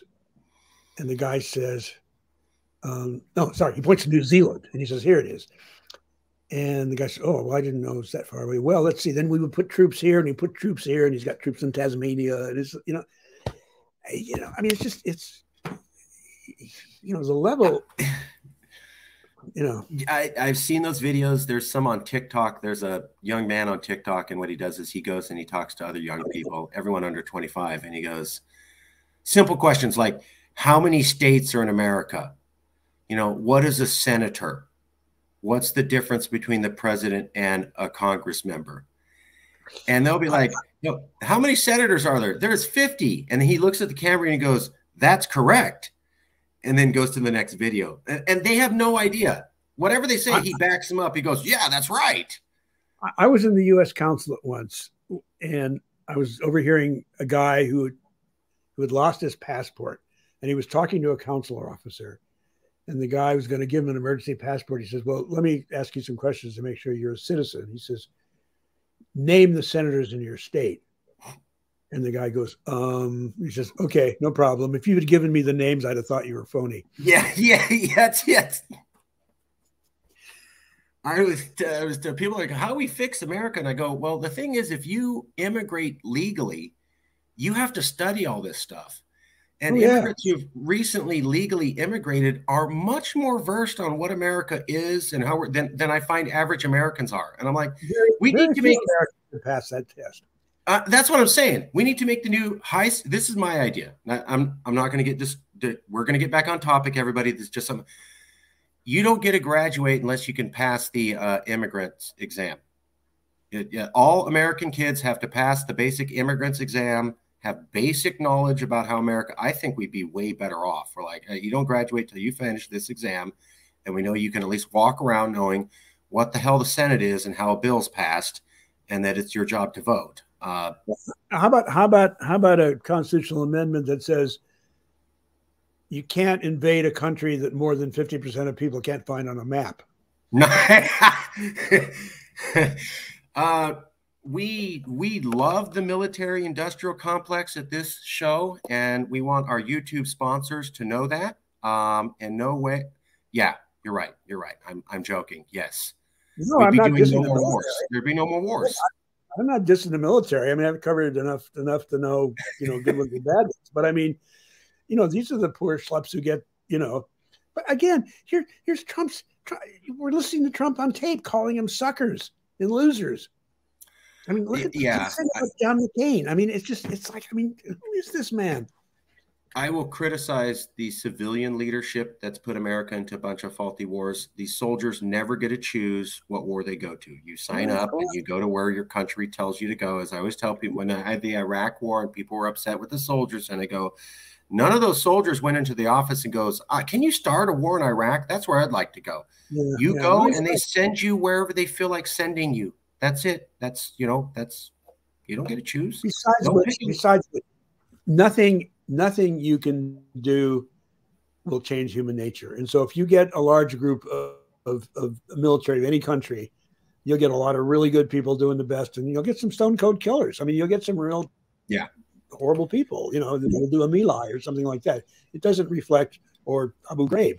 It doesn't reflect on the service, reflects on individuals. But of course, the problem is no one ever, the REMPs, the rear echelon, never pay. It's always some poor slump down below. That's what I'm talking about. Yeah. Yeah. You're right. That's my dad he didn't get sent, but he was in the Army during Vietnam, lost a lot of friends, got into a lot of arguments with his commanding officers. And that was what he said about the My Lai massacre, was he goes, horrible, wrong. You really think that one captain just decided to do it all on his own and nobody above him told him or suggested, or he just all on his own? He's like, come on, that's not the way it works. So they picked some guy at the low level and said, you're the sacrificial lamb, and everybody else who was part of this problem gets a complete write-off. And I was like, oh, I guess that's – I remember him telling me that as a boy. He goes, yeah, that's justice, and you got to watch out for that if you're in the military, because you're the wrong side of something. They'll pick you as the scapegoat. We got all the contractors at Abu Ghraib. Don't look at these people in black shirts who are also in the photo and are unidentified. It's just these low-level grunts. Look, it's force protection, which explains a lot of what the police problem is in America. These guys come back. You're in the military. I mean, I've seen this time and again. These guys, it's my guys, I protect. anything that looks like a possible threat, waste the fuckers. You know, I mean, it just doesn't matter. I mean, that when WikiLeaks first came out, and showed that gun camera footage that finally explained what happened to those Reuters guys in Baghdad. I was all for it. I said, look, if the Pentagon's not going to do it and somebody else wants to do it, fine. You know, then WikiLeaks went crazy. But the thing is you you can't, if you know, it's one thing in a war, it's another thing, you know, on the streets.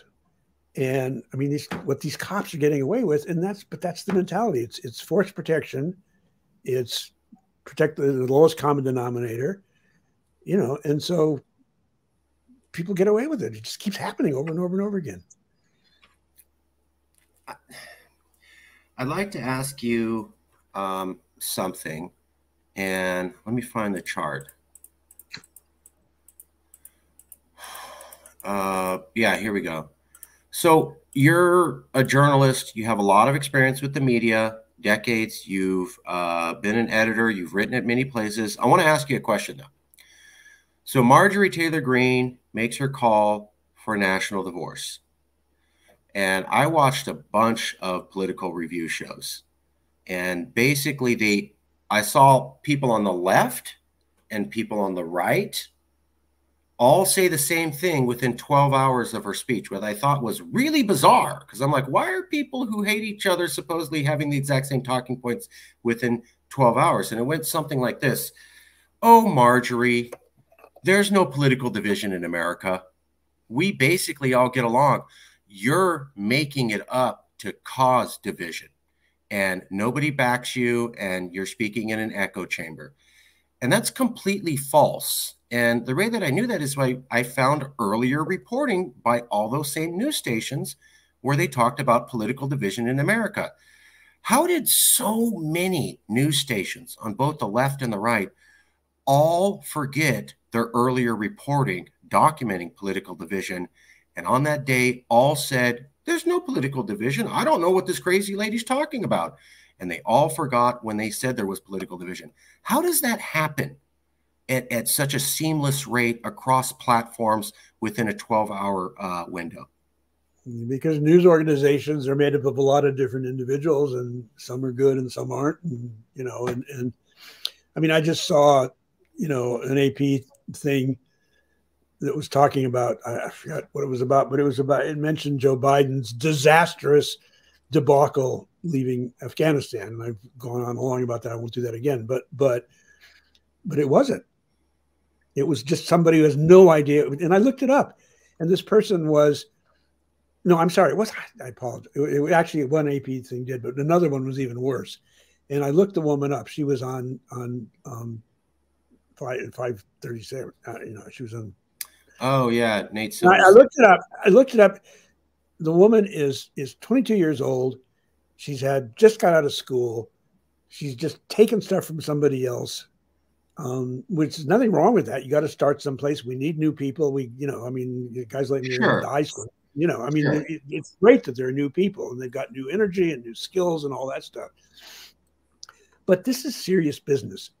And so, I mean, you know, people, I mean, I've had conversations with young people who are just, you know, just beating the hell out of Biden when he first announced he was going to run after Charlottesville. And, you know, and they're telling me about things that happened before they were born, you know, and I'm saying, well, A, people change. B, you know, if you read sources, particularly sources you decide to choose for yourself, it's not the same as having lived through it, you know?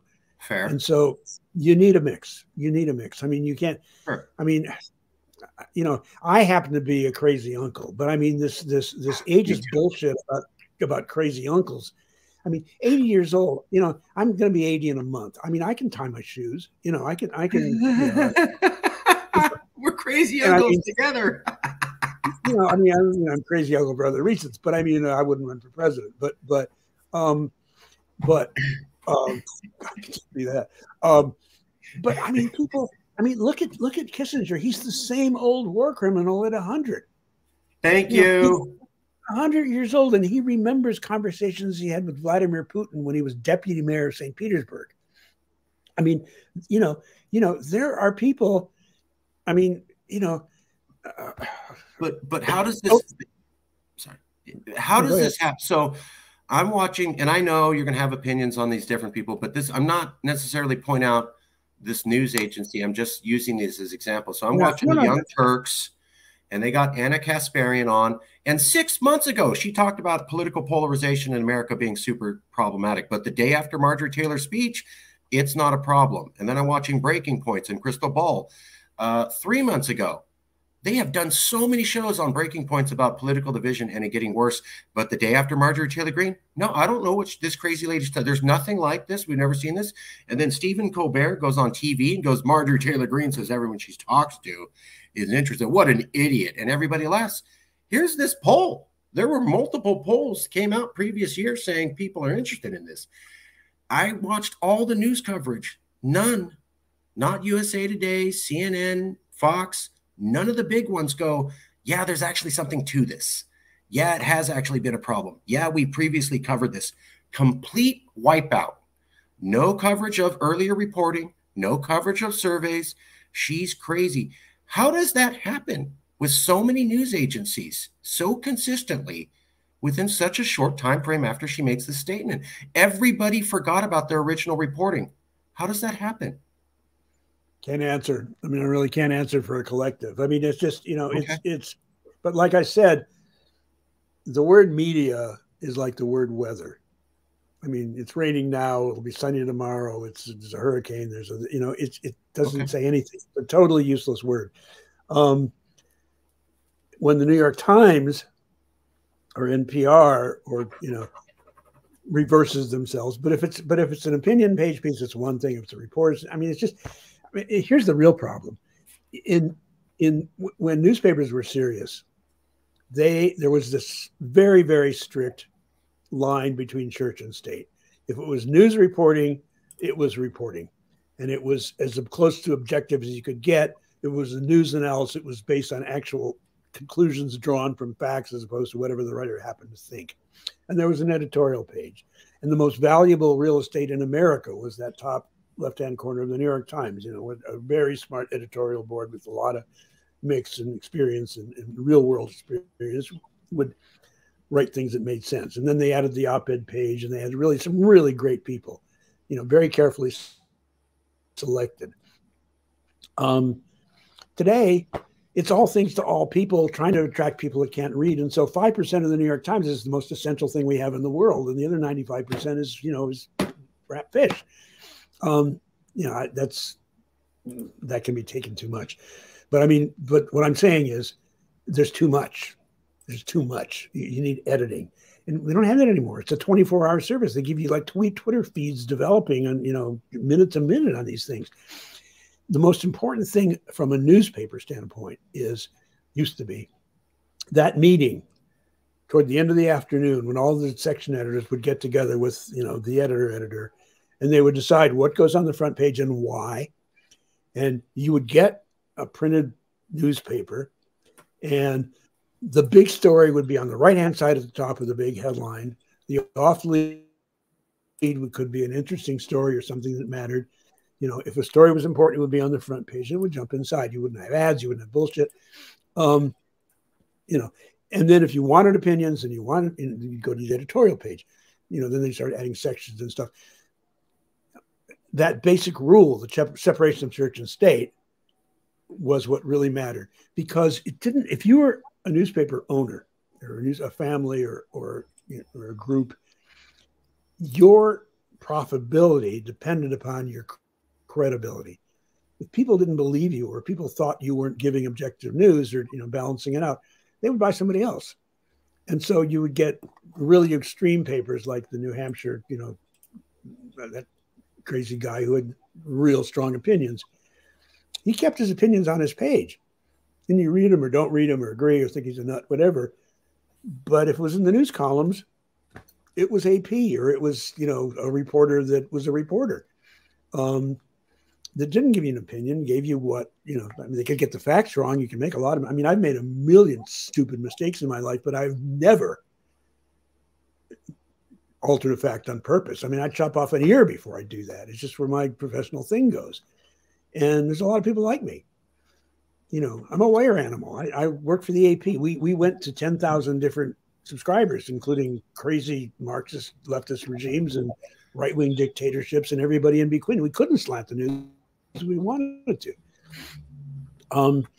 Now you have so many things that are just, you know, I mean, you know, it's like an oil company. Okay, an oil company, you know, somehow gets access to a common good, to something that's been under the ground for a very long time and belongs to the planet. Okay. And it just gets it. And it, you know, but to get it, it's got to find it. It's got to, you know, do all the research. It's got to bribe congressmen. It's got to, you know, do, you know, refine it and distribute it. And, you know, it's a lot of expense. A news outlet, as opposed to an organization, a news outlet can just pull it out of the air. Can just, you know, just take it off Facebook or make it up or get it third hand, or, you know, sit at his mother's kitchen table in South Dakota and put out a news agency. And so where's the accountability? That's so you've got to go back to trusted names. I mean, look, if you're sitting at a bus stop and some guy in this huge clown suit comes up with, you know, chili spilled down his front, floppy red shoes and big fright wig, and starts telling you shit, you're going to kind of look at him kind of weird. But if you read it online, I mean, I've had any number of students. I'd say, good point. I have any number of students. I say, what's your source? They say the internet. The internet's not a source. You know, and that's the people. Did you talk to? I talked to people. Yeah, well, right. Trump. Humans. Well, Trump is famous for this. I've heard someone says, or they tell me, or people say. Right. Yeah. Yes. Yeah. I you know, I would ask this question. I just found it really, really bizarre that many people that I'd seen on the news who are not young, had been there for a while, and who I'd seen cover political division somehow forgot their earlier reporting when the political climate was very high. And I saw many of them do it. And I just thought, wow, that's bizarre. I can't prove that, but it almost seems like they didn't want to bring it up, so they didn't have to give weight to what Marjorie Taylor Greene was saying, because then it would seem like she was saying something that's kind of true. Maybe she's crazy and dumb and inartful, but she's kind of speaking facts and nobody really wanted to back her up. I can't prove that, but just what an incredible chance coincidence. Yeah, I just got to say, I see that woman's name and I move on. You know, to me, it's just fair enough. But you know, in life. Fair enough. But you were talking a lot about journalistic standards and how you have them, you've had them for a while, and this new generation doesn't. I remember when being a journalist, you know, it used to mean talking to nasty people, going to nasty places, seeing what horrible people had to say and presenting it to the other side. And now there seems to be no interest in that. You know, you're an ugly, disgusting person. I don't want to talk to you. Okay, but you're in power. Yeah. And I remember when you used to do that. No, but it depends. I mean, if you someone who calls the German secret police gazpacho, you know, sorry. True. I get it. But if this is not but if Charles Manson, I understand, but if Charles Manson says 15 crazy statements and his 16th statement is 2 + 2 = 4, we shouldn't go, well, let's just ignore that one too. You know, because most of what he says is crazy. Well, that was a fact. I don't go to Charles Manson for a math lesson. I mean, I write about Charles Manson because he's a murderer. I'm just saying she presented facts and almost nobody acknowledged that. I'm not defending her. Because you ruin your credibility. Look, the most important thing to me, besides family and friends, is credibility that I've learned, credibility I've earned over a very long lifetime. And I mean, you know, I can say a lot of outrageous, you know, things that get people pissed off and stuff like that. But down deep, And it's why I call the Mort report the nonprofit, and profit is in profit. I Like saw I'm not that. going to guess future. I will never say if I'm giving my opinion about something, I will say so. But and so so if you talk, and so I look at sources and I look at people I talk to. If I want to talk to somebody about mass murders, I'll go to Manson. If I want to talk to somebody about Congress, I'll go to a real congressperson. But I'm not going to take Marjorie Taylor Greene seriously, only to the extent that she and a handful of other crazies have got, Kevin McCarthy giving away the country. That's the part that concerns me. I hear you. I just, it's just interesting that somebody could be saying facts and we could say, yeah, but you're such a horrible source. I can't acknowledge that what you're saying is true, even though it is true. But if you've said so many stupid, wrong things, then how can I trust what you say? True. That's the problem. It's true, like I remember when I was editing the Herald Tribune in Paris, we used AP and UPI, but we did not use Agence France Presse. We didn't use the French news agency. And they would come to me and they would say, but and I said, we do not use state agencies, but we're not a state agency. And I'd say, okay, look, I know your people. I know most of them. Some of them are really good reporters and really so. But I also know that you've got, this is talking of that time back in the 70s. You've got, agents, in some countries.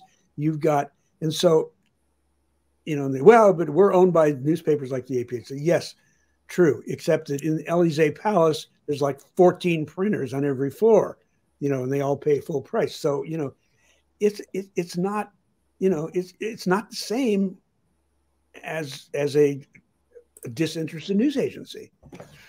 And granted, it's very hard to find anything right now, and the AP's got a lot of problems now, but different ones. I mean, it's another issue, but everybody does now. I get what you're saying. I get what you're saying. I think it's sad that, maybe this is just my childhood understanding of it, was that, I thought it was like, if somebody says something, and at least we have this industry full of people who will fact check it and tell us if it's true or not. And now I think I'm hearing, well, they'll fact check it if they think the person's reasonable enough to fact check. And I remember Elizabeth Thanos. No, I'm sorry. No, go ahead. Elizabeth what? Elizabeth Thanos. She was president of some corporation with working on medicines, and she just got tried for lying. Right. Oh, yeah, of course. Yeah. No, that was a whole huge scam, right? Yeah. There was one guy who was a young dude, very, very young guy, not well experienced, not super well this and that. And he went to work for her, and he was saying day one what she was doing. No one listened to him. You're a young man. You don't have any experience. We don't need to listen to you. We don't need to fact check what you're saying. And they did it because Elizabeth said, well, I have experience and I have reputation, and I'm saying he's wrong.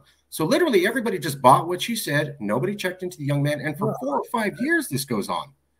How's that good? But well, it's not good. Of course not. But it's also not general, and it's not something you can, it depends on the situation. If somebody comes to me, and this has happened a lot, somebody comes to me and says something that, that doesn't go with the general flow and casts really serious aspersions on something, you do what a reporter does. You check it out. You check it out. I mean, the thing about Thanos is she had, she was claiming that her product did this and this and this and on and on. And then the guy says, and so what you do is you take the facts. It's like, it's Ellsberg, you come up with stuff and they give you a bunch of papers that you don't know where they really came from, but you check it out and you follow it down. And if you find there's truth in it, you substantiate it with other sources, and then you can use it. You don't just, if it's important and if it's interesting, then you follow it up. If it's just somebody saying something, then so what? Fair enough. It's just, if people had bothered to look into what that young man was saying, and if they had bothered to look past his reputation, she would have been stopped 3 to 4 years before. And a lot of people would not be dead or harmed. Well, this is what I said, but this is what I was saying about Newsday and about Santos. Is there was a time not that long ago when Newsday was a really, really good paper. I mean, you know, Roy Gutman was the one that exposed the Serb death camps. I mean, they, you know, it's a really solid newspaper. They had really good investigators, and they followed things up, and they had a staff.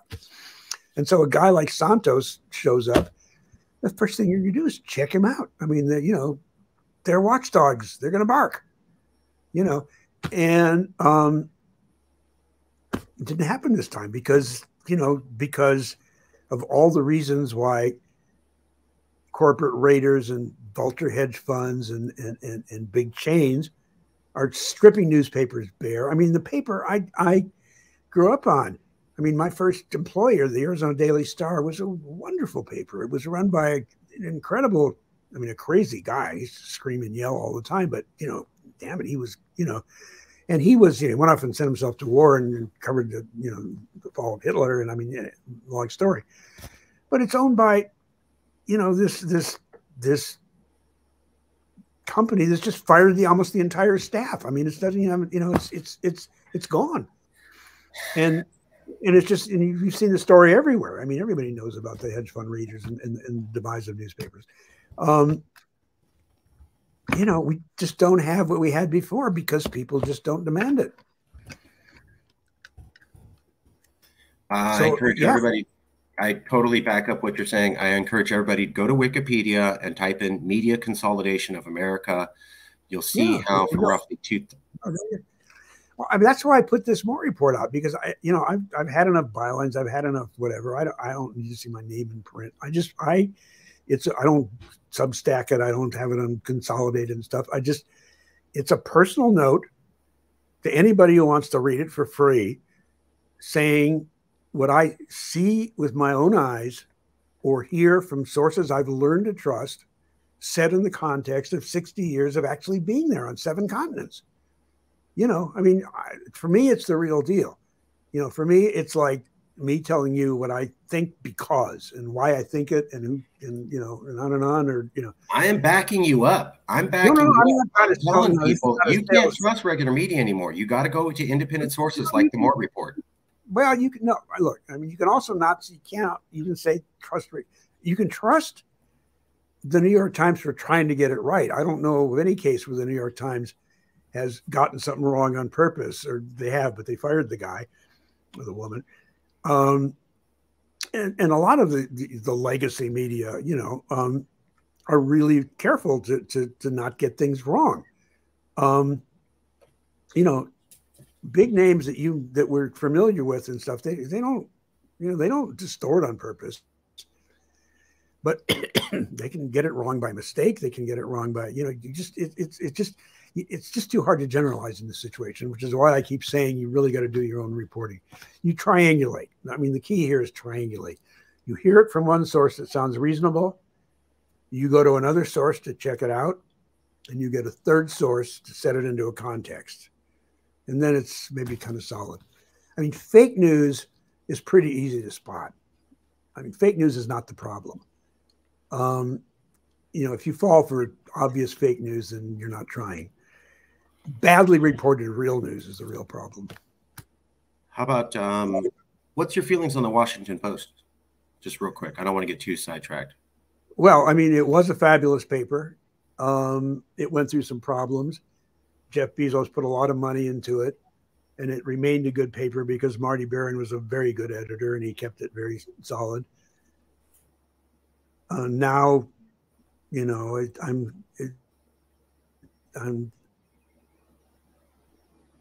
I was just wondering because there's a new editor, there's new people, there's a lot of problems.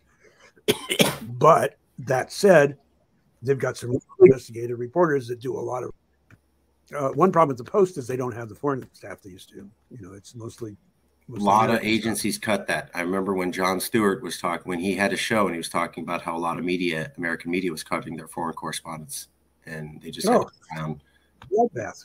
bloodbath. I would just point out, I just remember the Washington Post called al-Baghdadi, the leader of the ISIS terrorist group, an austere religious scholar the day that he died, and they were lampooned and lambasted for that. Let me ask you a question, because you've been around for a while.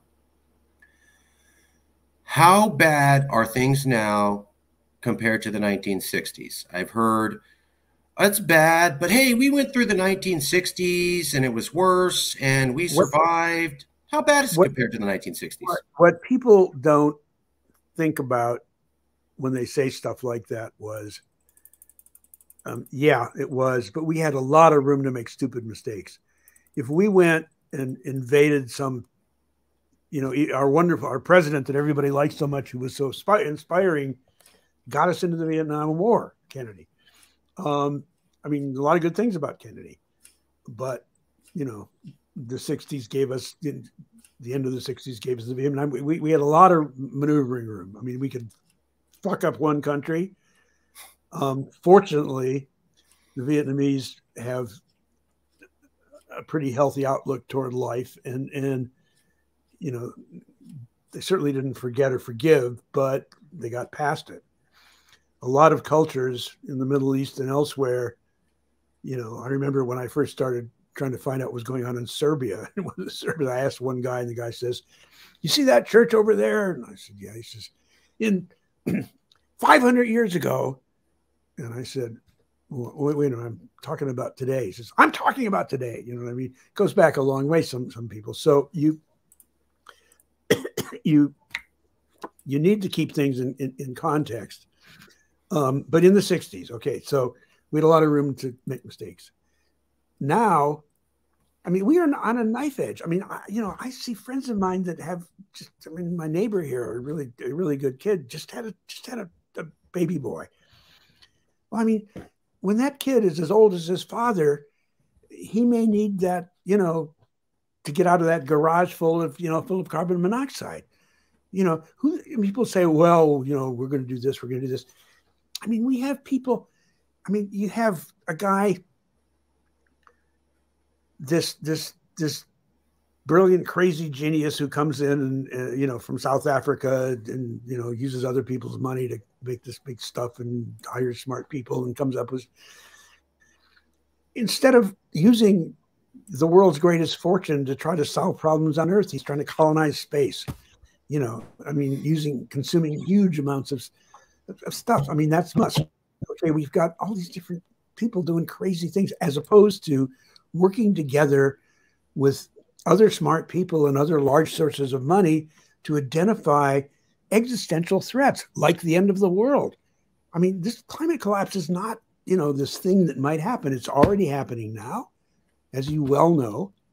I mean, you get Vladimir the Great, who's moving in on Ukraine. If for some reason people let that happen, I mean, it is so easy to make a nuclear accident, and trigger something else. The Chinese, they are on a tear to take over the world, and I don't mean to sound like some crazy guy with, hair like mine, but Xi Jinping is a smart man. He knows that he needs the rest of the world. He knows that he doesn't want to blow things up. He's going to take Taiwan eventually, but I don't think he was in a hurry unless Americans push him to it. But he does no longer trust the United States. I mean, I wouldn't. If I was running a small country, or God knows if I was running a big country, I wouldn't trust the United States for 2 fucking seconds, because you just never know. Okay, Biden I trust, because, he's a known quantity and, and he's sane. But I mean, what if he loses? I mean, and if Trump drops out, DeSantis would be far worse, because he's not crazy. I would think. I was wondering about that. What your opinion? Thank you. Oh yeah. God, DeSantis is like, just scares the hell out of me. And I mean, and he's I'm not going to call him ignorant, because the guy's got pretty solid creds in terms of. But listen to him, and I mean, he knows nothing about the world, cares nothing about the world. And as much as he wants to tell us that, he's not God. So, what are our options? Our options are some sane person or somebody who's not, who's going to, who's a demagogue. Is the difference, I think what you're saying, correct me if I'm wrong, we've heard this from others, is the 1960s, things were polarized, it was bad, but you still had parties working together. You still had some sort of consensus you had in a margin of error. I'm saying you had a margin of error. Crises were not existential. I mean, we did a lot of got it. Crises were not existential. We weren't at the edge. We are now at the edge. We can't afford to make mistakes anymore. We can't heal from mistakes. I mean, Vietnam, okay. Our idea was to turn Vietnam into a capitalist haven. That's what it is right now. Unfortunately, it's a huge haven. We could, we didn't have to worry about the Chinese because, they were, fighting among themselves. And I mean, in Russia we had the nuclear standoff, mutual assured destruction was actually pretty safe because nobody was going to start a war that would kill everybody. Now, it's run by oligarchs and money and I'm not going to call Putin a madman because he's not mad, but he's really obsessed. Could we also say, I hear what you're saying. We could also say, though, that, in the 1960s, they got bills signed together. I mean, even in the 1980s, Reagan would work with Tip O'Neill, and now we have no. In terms of Congress, yeah. I mean, we had a functioning government. That's why I was talking about Goldwater. I mean, you could get a person who was an extreme person, but he would compromise in the end, or she would compromise less. We don't have that. We don't have that now. We don't have that now. The other thing I saw was belief in common institutions. In the 1960s, people would be upset, but you didn't have half the country questioning if an election was real or saying, I don't want to follow anything the Supreme Court says. And now that seems to be kind of popular opinions. I mean, the Supreme Court was honest. I mean, they had real judges. I mean, they had people who actually belonged there, and I mean, it's so completely, and mostly in Congress too, and you could, I mean, no, it was a totally different world back then. Totally different world. And no, I mean, in so many ways, we are really in deep shit. And the worst part of it all is that too few people realize how deep and how easy it is to climb out of it. Not easy, but I mean, no, not easy, but how we still have the vote. I mean, for all we say, I mean, the Constitution still holds, and it's going to hold, and it's going to hold until 2024. After 2024, all bets are off. That's what I think. Fair. So yeah, the 1960s, the crises were not existential. People would still work together to some degree, no matter how angry they were. And Americans still believed in common institutions. We've lost all of that. Things are now existential crises, no room for mistake, no compromise, no working together in Congress. And most Americans don't really have a shared belief in any of the institutions. Let me ask you, so this is a map. I know it's a little bit difficult to see, but this is a map from 538. And it's the one I showed you a little bit earlier, showing how in 1990, you had a lot of competitive counties. There were gray. And then over time, the 2016, you get to where it's almost all hardcore red or all hardcore blue. They said that is, and this is what NPR said, that's because humans, American people, not their elected officials since the 90s, are basically moving to places where they're more ideologically aligned. You see things as I see them. They are saying that it's not gerrymandering. Gerrymandering is a problem, but the real reason for the polarization is that Americans don't like hanging out with fellow Americans who don't share their political opinions, and we have been sorting ourselves, and that the self-sorting demographically is more reflective of the polarization than gerrymandering. Yes, gerrymandering is bad. Yes, it doesn't help. But if we're talking about how we're this polarized, it's because the American people have been doing this for 3 decades. Thoughts, feelings? Yeah, I mean, again, I'm no political scientist, but I mean, there is something to that. I mean, you get I mean, you take a place like Arizona where, you know, I mean, the rural areas of Arizona were always pretty conservative. Now you've got a lot of people, you know, there was a Dristan commercial back, I think, in the 60s about send your sinuses to Arizona. And of course, a lot of people did, and they insisted on coming along with them.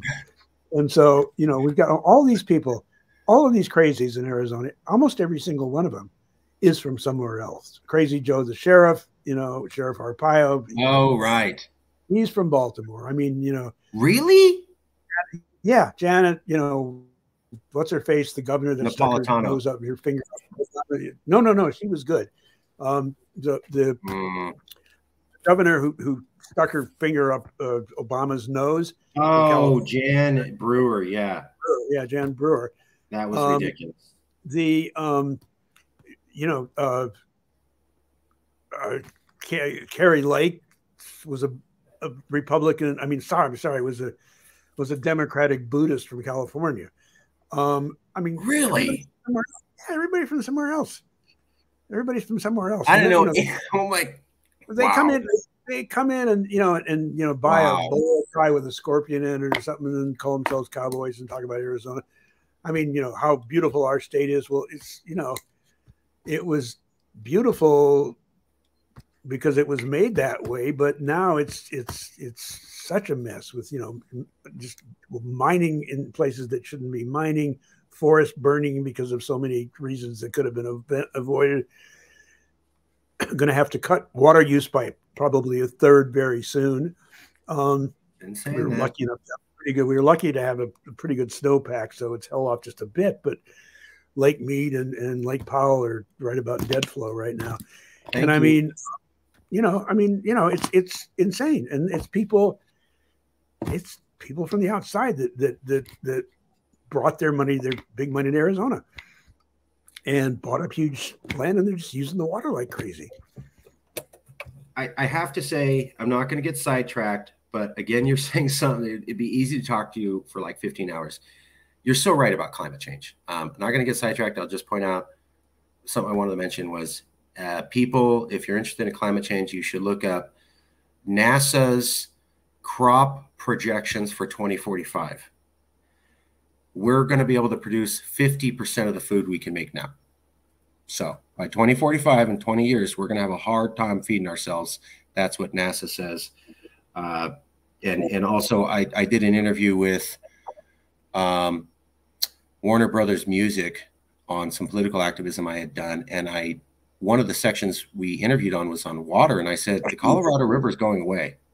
I understand people want to fight over it, but a thing called Mother Nature is going to wipe it out because we're not moving fast enough to fix this problem.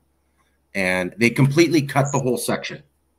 And I was like, oh, really? And then, they cut the whole thing. And then a few months later, they go, oh, yeah, it's a problem. When they divvied up the Colorado River in 1922, they apportioned more water than the river produced back then, when there were about 12 people in Arizona and 200 in California. And it's just total insanity. It's total insanity in the water in Arizona, but that's another 2 hours. Yeah, maybe I'll have you back to do random questions.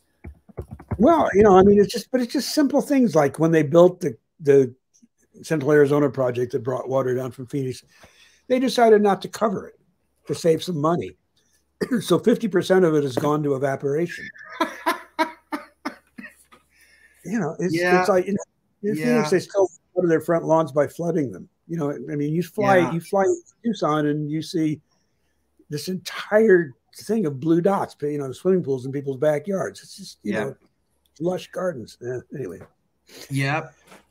Lawns here. As we're winding down, I wanted to ask you one of the last questions. So we've talked about how bad the situation is, how it compares to other countries based upon your experience from traveling around the world and reporting many places over decades. When Marjorie Taylor Greene said that we needed national divorce, besides deriding her, there were two responses. One was from a Utah governor who says, we don't need national divorce. We need marriage counseling. They didn't define that. What is marriage counseling for a population of 300 million people whose Yeah, this I mean, divided look like? it's a clever thing to say, but I mean, it's it's a nice figure of speech, but I mean, which actually makes some sense. But again, I mean, on Marjorie Taylor Greene, I got nothing really to say. Sure, sure, but let's ignore she exists. Some blank person X, Robotron, chat AI comes forward and says, we're politically divided. And then somebody says, hey, we don't need to split states. We don't need secession. We don't need states separating. We need marriage counseling. What does marriage counseling look like for our divided country that survived January 6th look like? I mean, who does that? How does that work? Can we bring two populations back together? I got multiple polls I haven't even covered where it was like 80% of Biden voters and 80% of Trump voters, at least in the last 2 years, said, I see the other side as the enemy. So how do we merge everybody back together and sing Kumbaya and start seeing each other as fellow brothers and sisters? Lobotomies? Mark, I haven't got an answer. I really don't. You can't. Okay. I come back to my main mantra: vote. Just if you care about your family, if you care about the future, if you care about anything, just get yourself and anybody else you can get together to show up at the polls and elect better people. You're right. Either party, just elect better people. Elect sane. You're absolutely right. You're absolutely right. And get involved in your school board elections. I think you were talking about how the Republicans. Yeah, absolutely. It's got to be. Look, every level, school board, city councils, county commissioners, every level, because most of the damage is happening at the lower levels. Thank you. I've told people, get involved. Your local elections and your school board are going to have you're going to have more impact there than other stuff. You vote at everything, but I mean, state legislatures are really where it gets, because I mean, if people now start deconstructing and demanding states' rights and state approval of things, we're screwed. Well, let's go to that. Someone said, we don't need to split states up. We don't need states to leave. We just need to return to federalism. And then that would reduce the tension. And what they were pointing at was Donald Trump gets elected. California's scared of what power he's going to have, so they talk about seceding. Joseph Biden gets elected. Texas is worried about the power he has, so they talk about seceding. If we had federalism, people wouldn't be as scared when somebody gets elected. Well, true, false? It just depends. I mean, if you have a national executive, a national president who understands what the real job is, protect the people. If you had a situation like a pandemic, you would federalize that, because you've got the CDC, you've got Fauci, you've got a really good system. You would pool resources. You wouldn't decide whether the state was red or blue, whether they got stuff. You wouldn't make people compete. You would have not only saved multiple billions of dollars, you would have saved multiple hundreds of thousands of lives. I mean, that shit show of making states fight against themselves and fight against Europe and trying to hog stuff. And I mean, that's a situation that has to be dealt at a federal level. I mean, law enforcement should be, but it never will. I mean, it's just too divided up. I forgot the figure. It's like 3,000 or 35,000 different law enforcement agencies. That's another problem. But some things should be fair. But we got a constitution, so you can't just decide you're going to do this, you're going to do this. The problem is the Constitution was written at a time, as solid a document as it is. I just read Ron Cherno's amazing book on, Hamilton, of course, but, Grant, I mean, everything he's done. And it just shows how, what they were talking about then and what the situations were. I mean, for example, this famous Second Amendment. The Second Amendment was so you could have a fucking blunderbuss leaning against your door frame in case the British came back. That's what the Second Amendment was about. Great reference. they could call up a militia if they needed a militia without having to go through a whole big thing and give people arms. They didn't know about assault rifles back then. You know, if you had a rifle, you had to stick a wadding in it and shove a thing down it, and you had one shot. You know, and you needed it in case the British came back, which they did, and they did less damage than Trump's crowd did on January 6th. I mean, well, not really. Burned it down. Yeah. Psychologically more damaging. Yeah, well, some Americans do that. Well, but it was a foreign country. It's one thing to be invaded by a foreign country. If you're invaded by your own president, that's serious. Yeah. Foreign invasion is very different from a domestic coup. It's one thing to have foreigners come, because then you can the people will normally come together. But when it's your own people attacking you, you can't come together. That's why they did the attack. So you're already off in a worse spot. Is it even a good idea? Let's say the federal government had half the power it has now, and that power went back to the states. Would that calm things down, in your opinion? I don't think so. No, I don't trust states governments. I really don't. I mean, you look at some of these crazy ass states. No, I'm personally much more in favor of a stronger federal government with sensible people. Okay. Because all the problems we have. Well, look at all these people that are saying, well, why are we messing around with Ukraine? I mean, who cares about Ukraine? We have our own problems. That's stupid beyond any, you know, there is no serious problem in the world that doesn't affect everybody. Not one. I mean, I talked about the border thing, the fire hose and the sponge, poverty, race, everything. It's universal now. And they seem to overlap. I remember all overlap. They're all interconnected.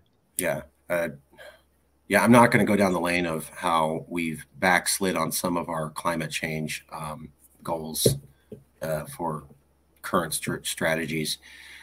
Imagine if we'd elected Gore instead of Bush. Exactly. Well, and that also gets back to 2000. People going, well, you know, the system worked. And I go, really? His cousin called the election. The Supreme Court jumps in and goes, it's this guy because James Baker makes a phone call. That's how elections are done in failed Latin American democracies. This was the year 2000. Nobody had even heard of Trump. Well, you know, yeah. And I'm like, this is that bad. So what? Yeah. Okay. The solution is keep voting.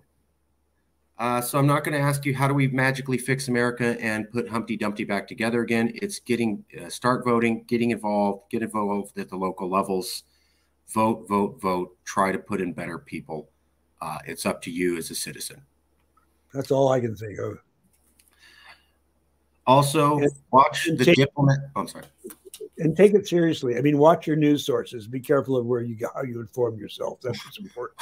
Watch your news sources. Go for independent news, the independent sources, like the Mort report.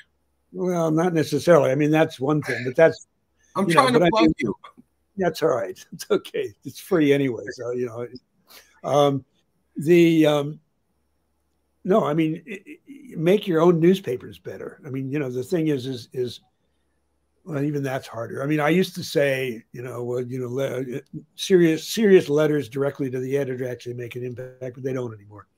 It's about money. So you kind of have to be a reporter. You have to find sources. You go back to triangulate. That's the whole thing. If you hear something, check it with another source. Find a larger contextual source to make some sense of it, and you're on solid ground. But again, the world's way too complicated now for anybody to keep track of everything. So you need smart leaders. You need people you can trust. You need to be able to say, it's like you're in an airplane. You don't have 80 passengers flying the damn plane. You have one guy or one woman in the front, with a co-pilot in case of something else happens. And they've had the training, they've got the signals, they know the direction, they got the maps.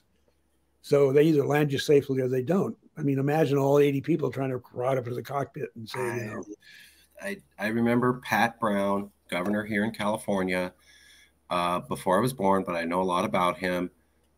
Big fan. I'm sure you're going to have some side point about him. But one of the things as I talk to Republicans, and they won't say this publicly, but they had a real respect for Pat Brown. And I go, but wasn't he a tax and spend Democrat? And they go, yes, but if he said he was going to spend it on X, we got X. There were no games. We got X. The guy was honest. And occasionally he'd tell us we were wrong and I disagree with you. And I'm going on my, like his stance on, he was against the death penalty. Most voters weren't, but he took the stance. He lost some mild popularity for that, but he gained a lot of respect because people felt he was honest and competent. Yeah, I don't remember much about Pat Brown. I really don't. I just remember it was something I thought I'd never hear. It was Republicans talking about this Democrat who was a tax and spend Democrat. And they go, yeah, but he told us what he was going to do, and then he did it. And if we were going to get taxed to buy X, we actually got X. We actually got a university system or a road system. And just this lack of faith of a common leader that we can all believe in. They were saying, look, I didn't like this when Pat Brown did it. I didn't like that, but I could trust him. I could believe him. And I go, I think we've lost that. I think we've lost I don't necessarily agree with everything this person did. I don't like everything, but I believe in their heart they are who they say they are. And I can vote for them because in general, I like where their moral compass is. I'm not sure we have that anymore. That's what matters. Yeah, that's what matters. I think that's what matters. Okay. Is there any questions you have for us? Is there any statements you'd like to make? Is there anything you'd like to people to be check out? Check out The Diplomat on Netflix. Yeah, actually, that's a really interesting show. Trigger warning: it leaves you hanging. It's one of these. This is the new thing now. I mean, people will do 8 or 10 episodes of a season, then they'll leave you hanging, and then they haven't made the next one yet. So 3 years. I mean, I got to say, but it's okay. But what's interesting about it and what's important about it is it shows how complex real foreign policy really is. This web of connections and trust and the way, I mean, what you see on the surface is usually 180 degrees different from what's really happening, which is why, you cannot second guess foreign policy. You have to trust who's doing it. Fair. I also remember a group called the Wise Men who told President Kennedy we could win in Vietnam. They were wrong. But that's different. Those are advisors and counselors. The neocons were wrong about Bush too. But I'm talking about people like Marie Yovanovitch who could have actually brokered something smart in Ukraine. And you're talking about the actual staff, the experts. I'm talking about doing diplomacy. They have somebody who knows what he's doing or she's doing. Okay. Here's a question I always ask people.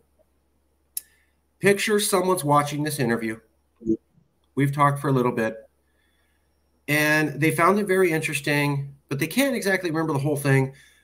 But 5 days from now, they're saying, there was this interview, and it was pretty interesting. I don't remember all of it, but there was this one thing that the guest said, and I can't get it out of my head.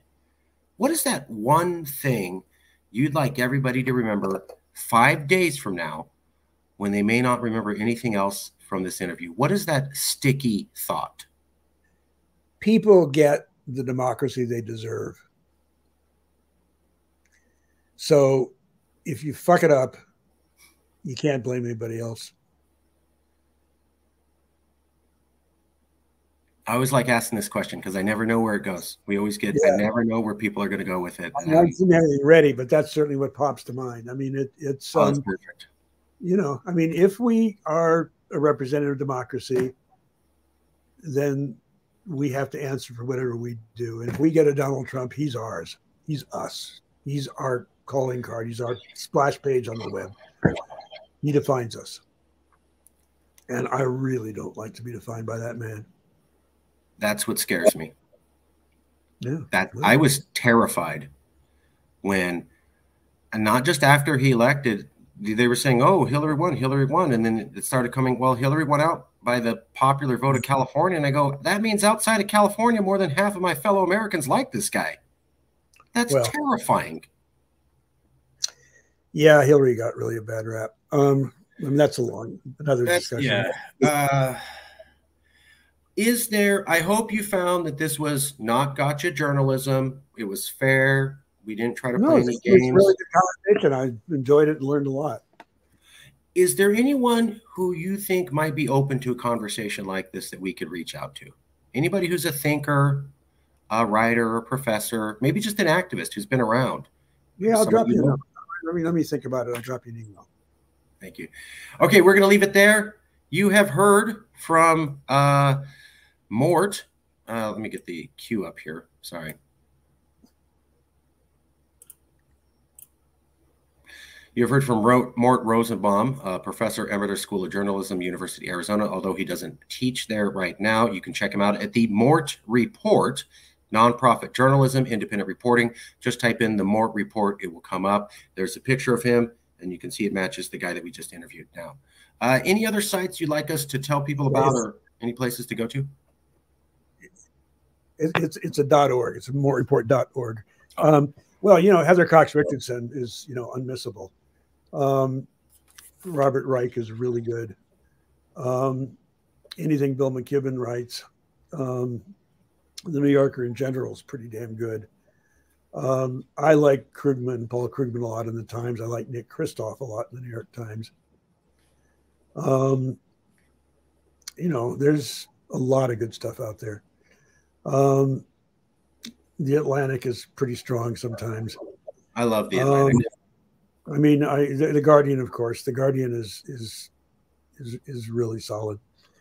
And in terms of a lot of it's specialized. So you can find what you really need. But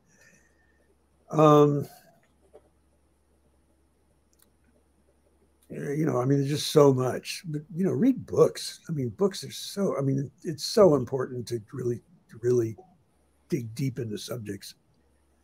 I tried to calculate this. If you read the newspapers you want to listen to some podcasts, read some books and magazines, follow a couple of things, your day would be each day would be about 20 years long.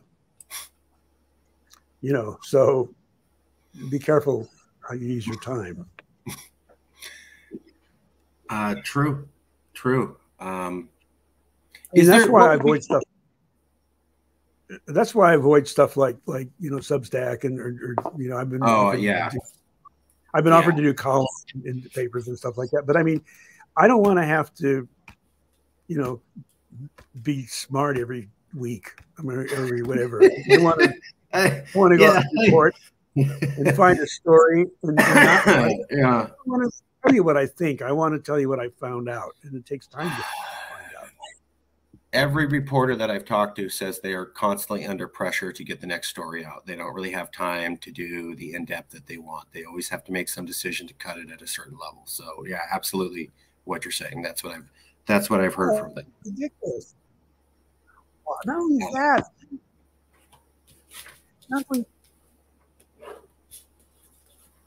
that, even the New York Times in the morning or the Washington.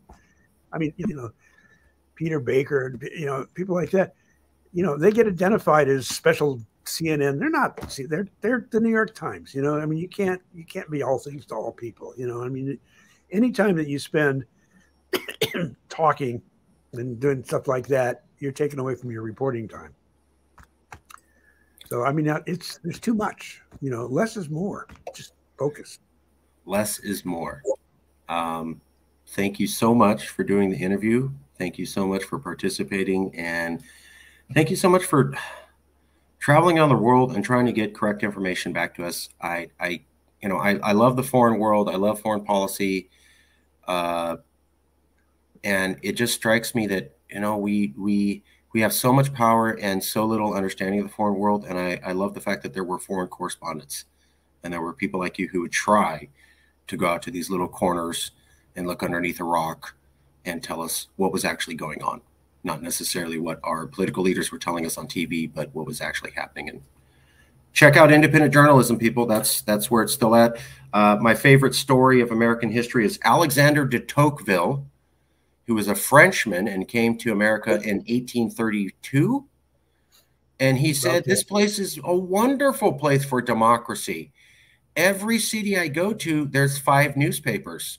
They're all independent. Every American I talk to reads 10 newspapers and has their own opinion, informed it for many other people. We've lost that. And it's what de Tocqueville said made us Americans. And he's one of the preeminent historical markers for what early America was like. Let's get that back. Let's have more independent sources. Let's have more independent thinking. Let's have more independent and informed Americans with a variety of opinions. They came from independent sources. Just my opinion. We'll leave it there. I will email you a copy, Professor, of the video in a few hours. Thank you so much for being here. Great. Thank you. It was a lot of fun. Okay. All right. I'll talk to you soon. See you later. Okay.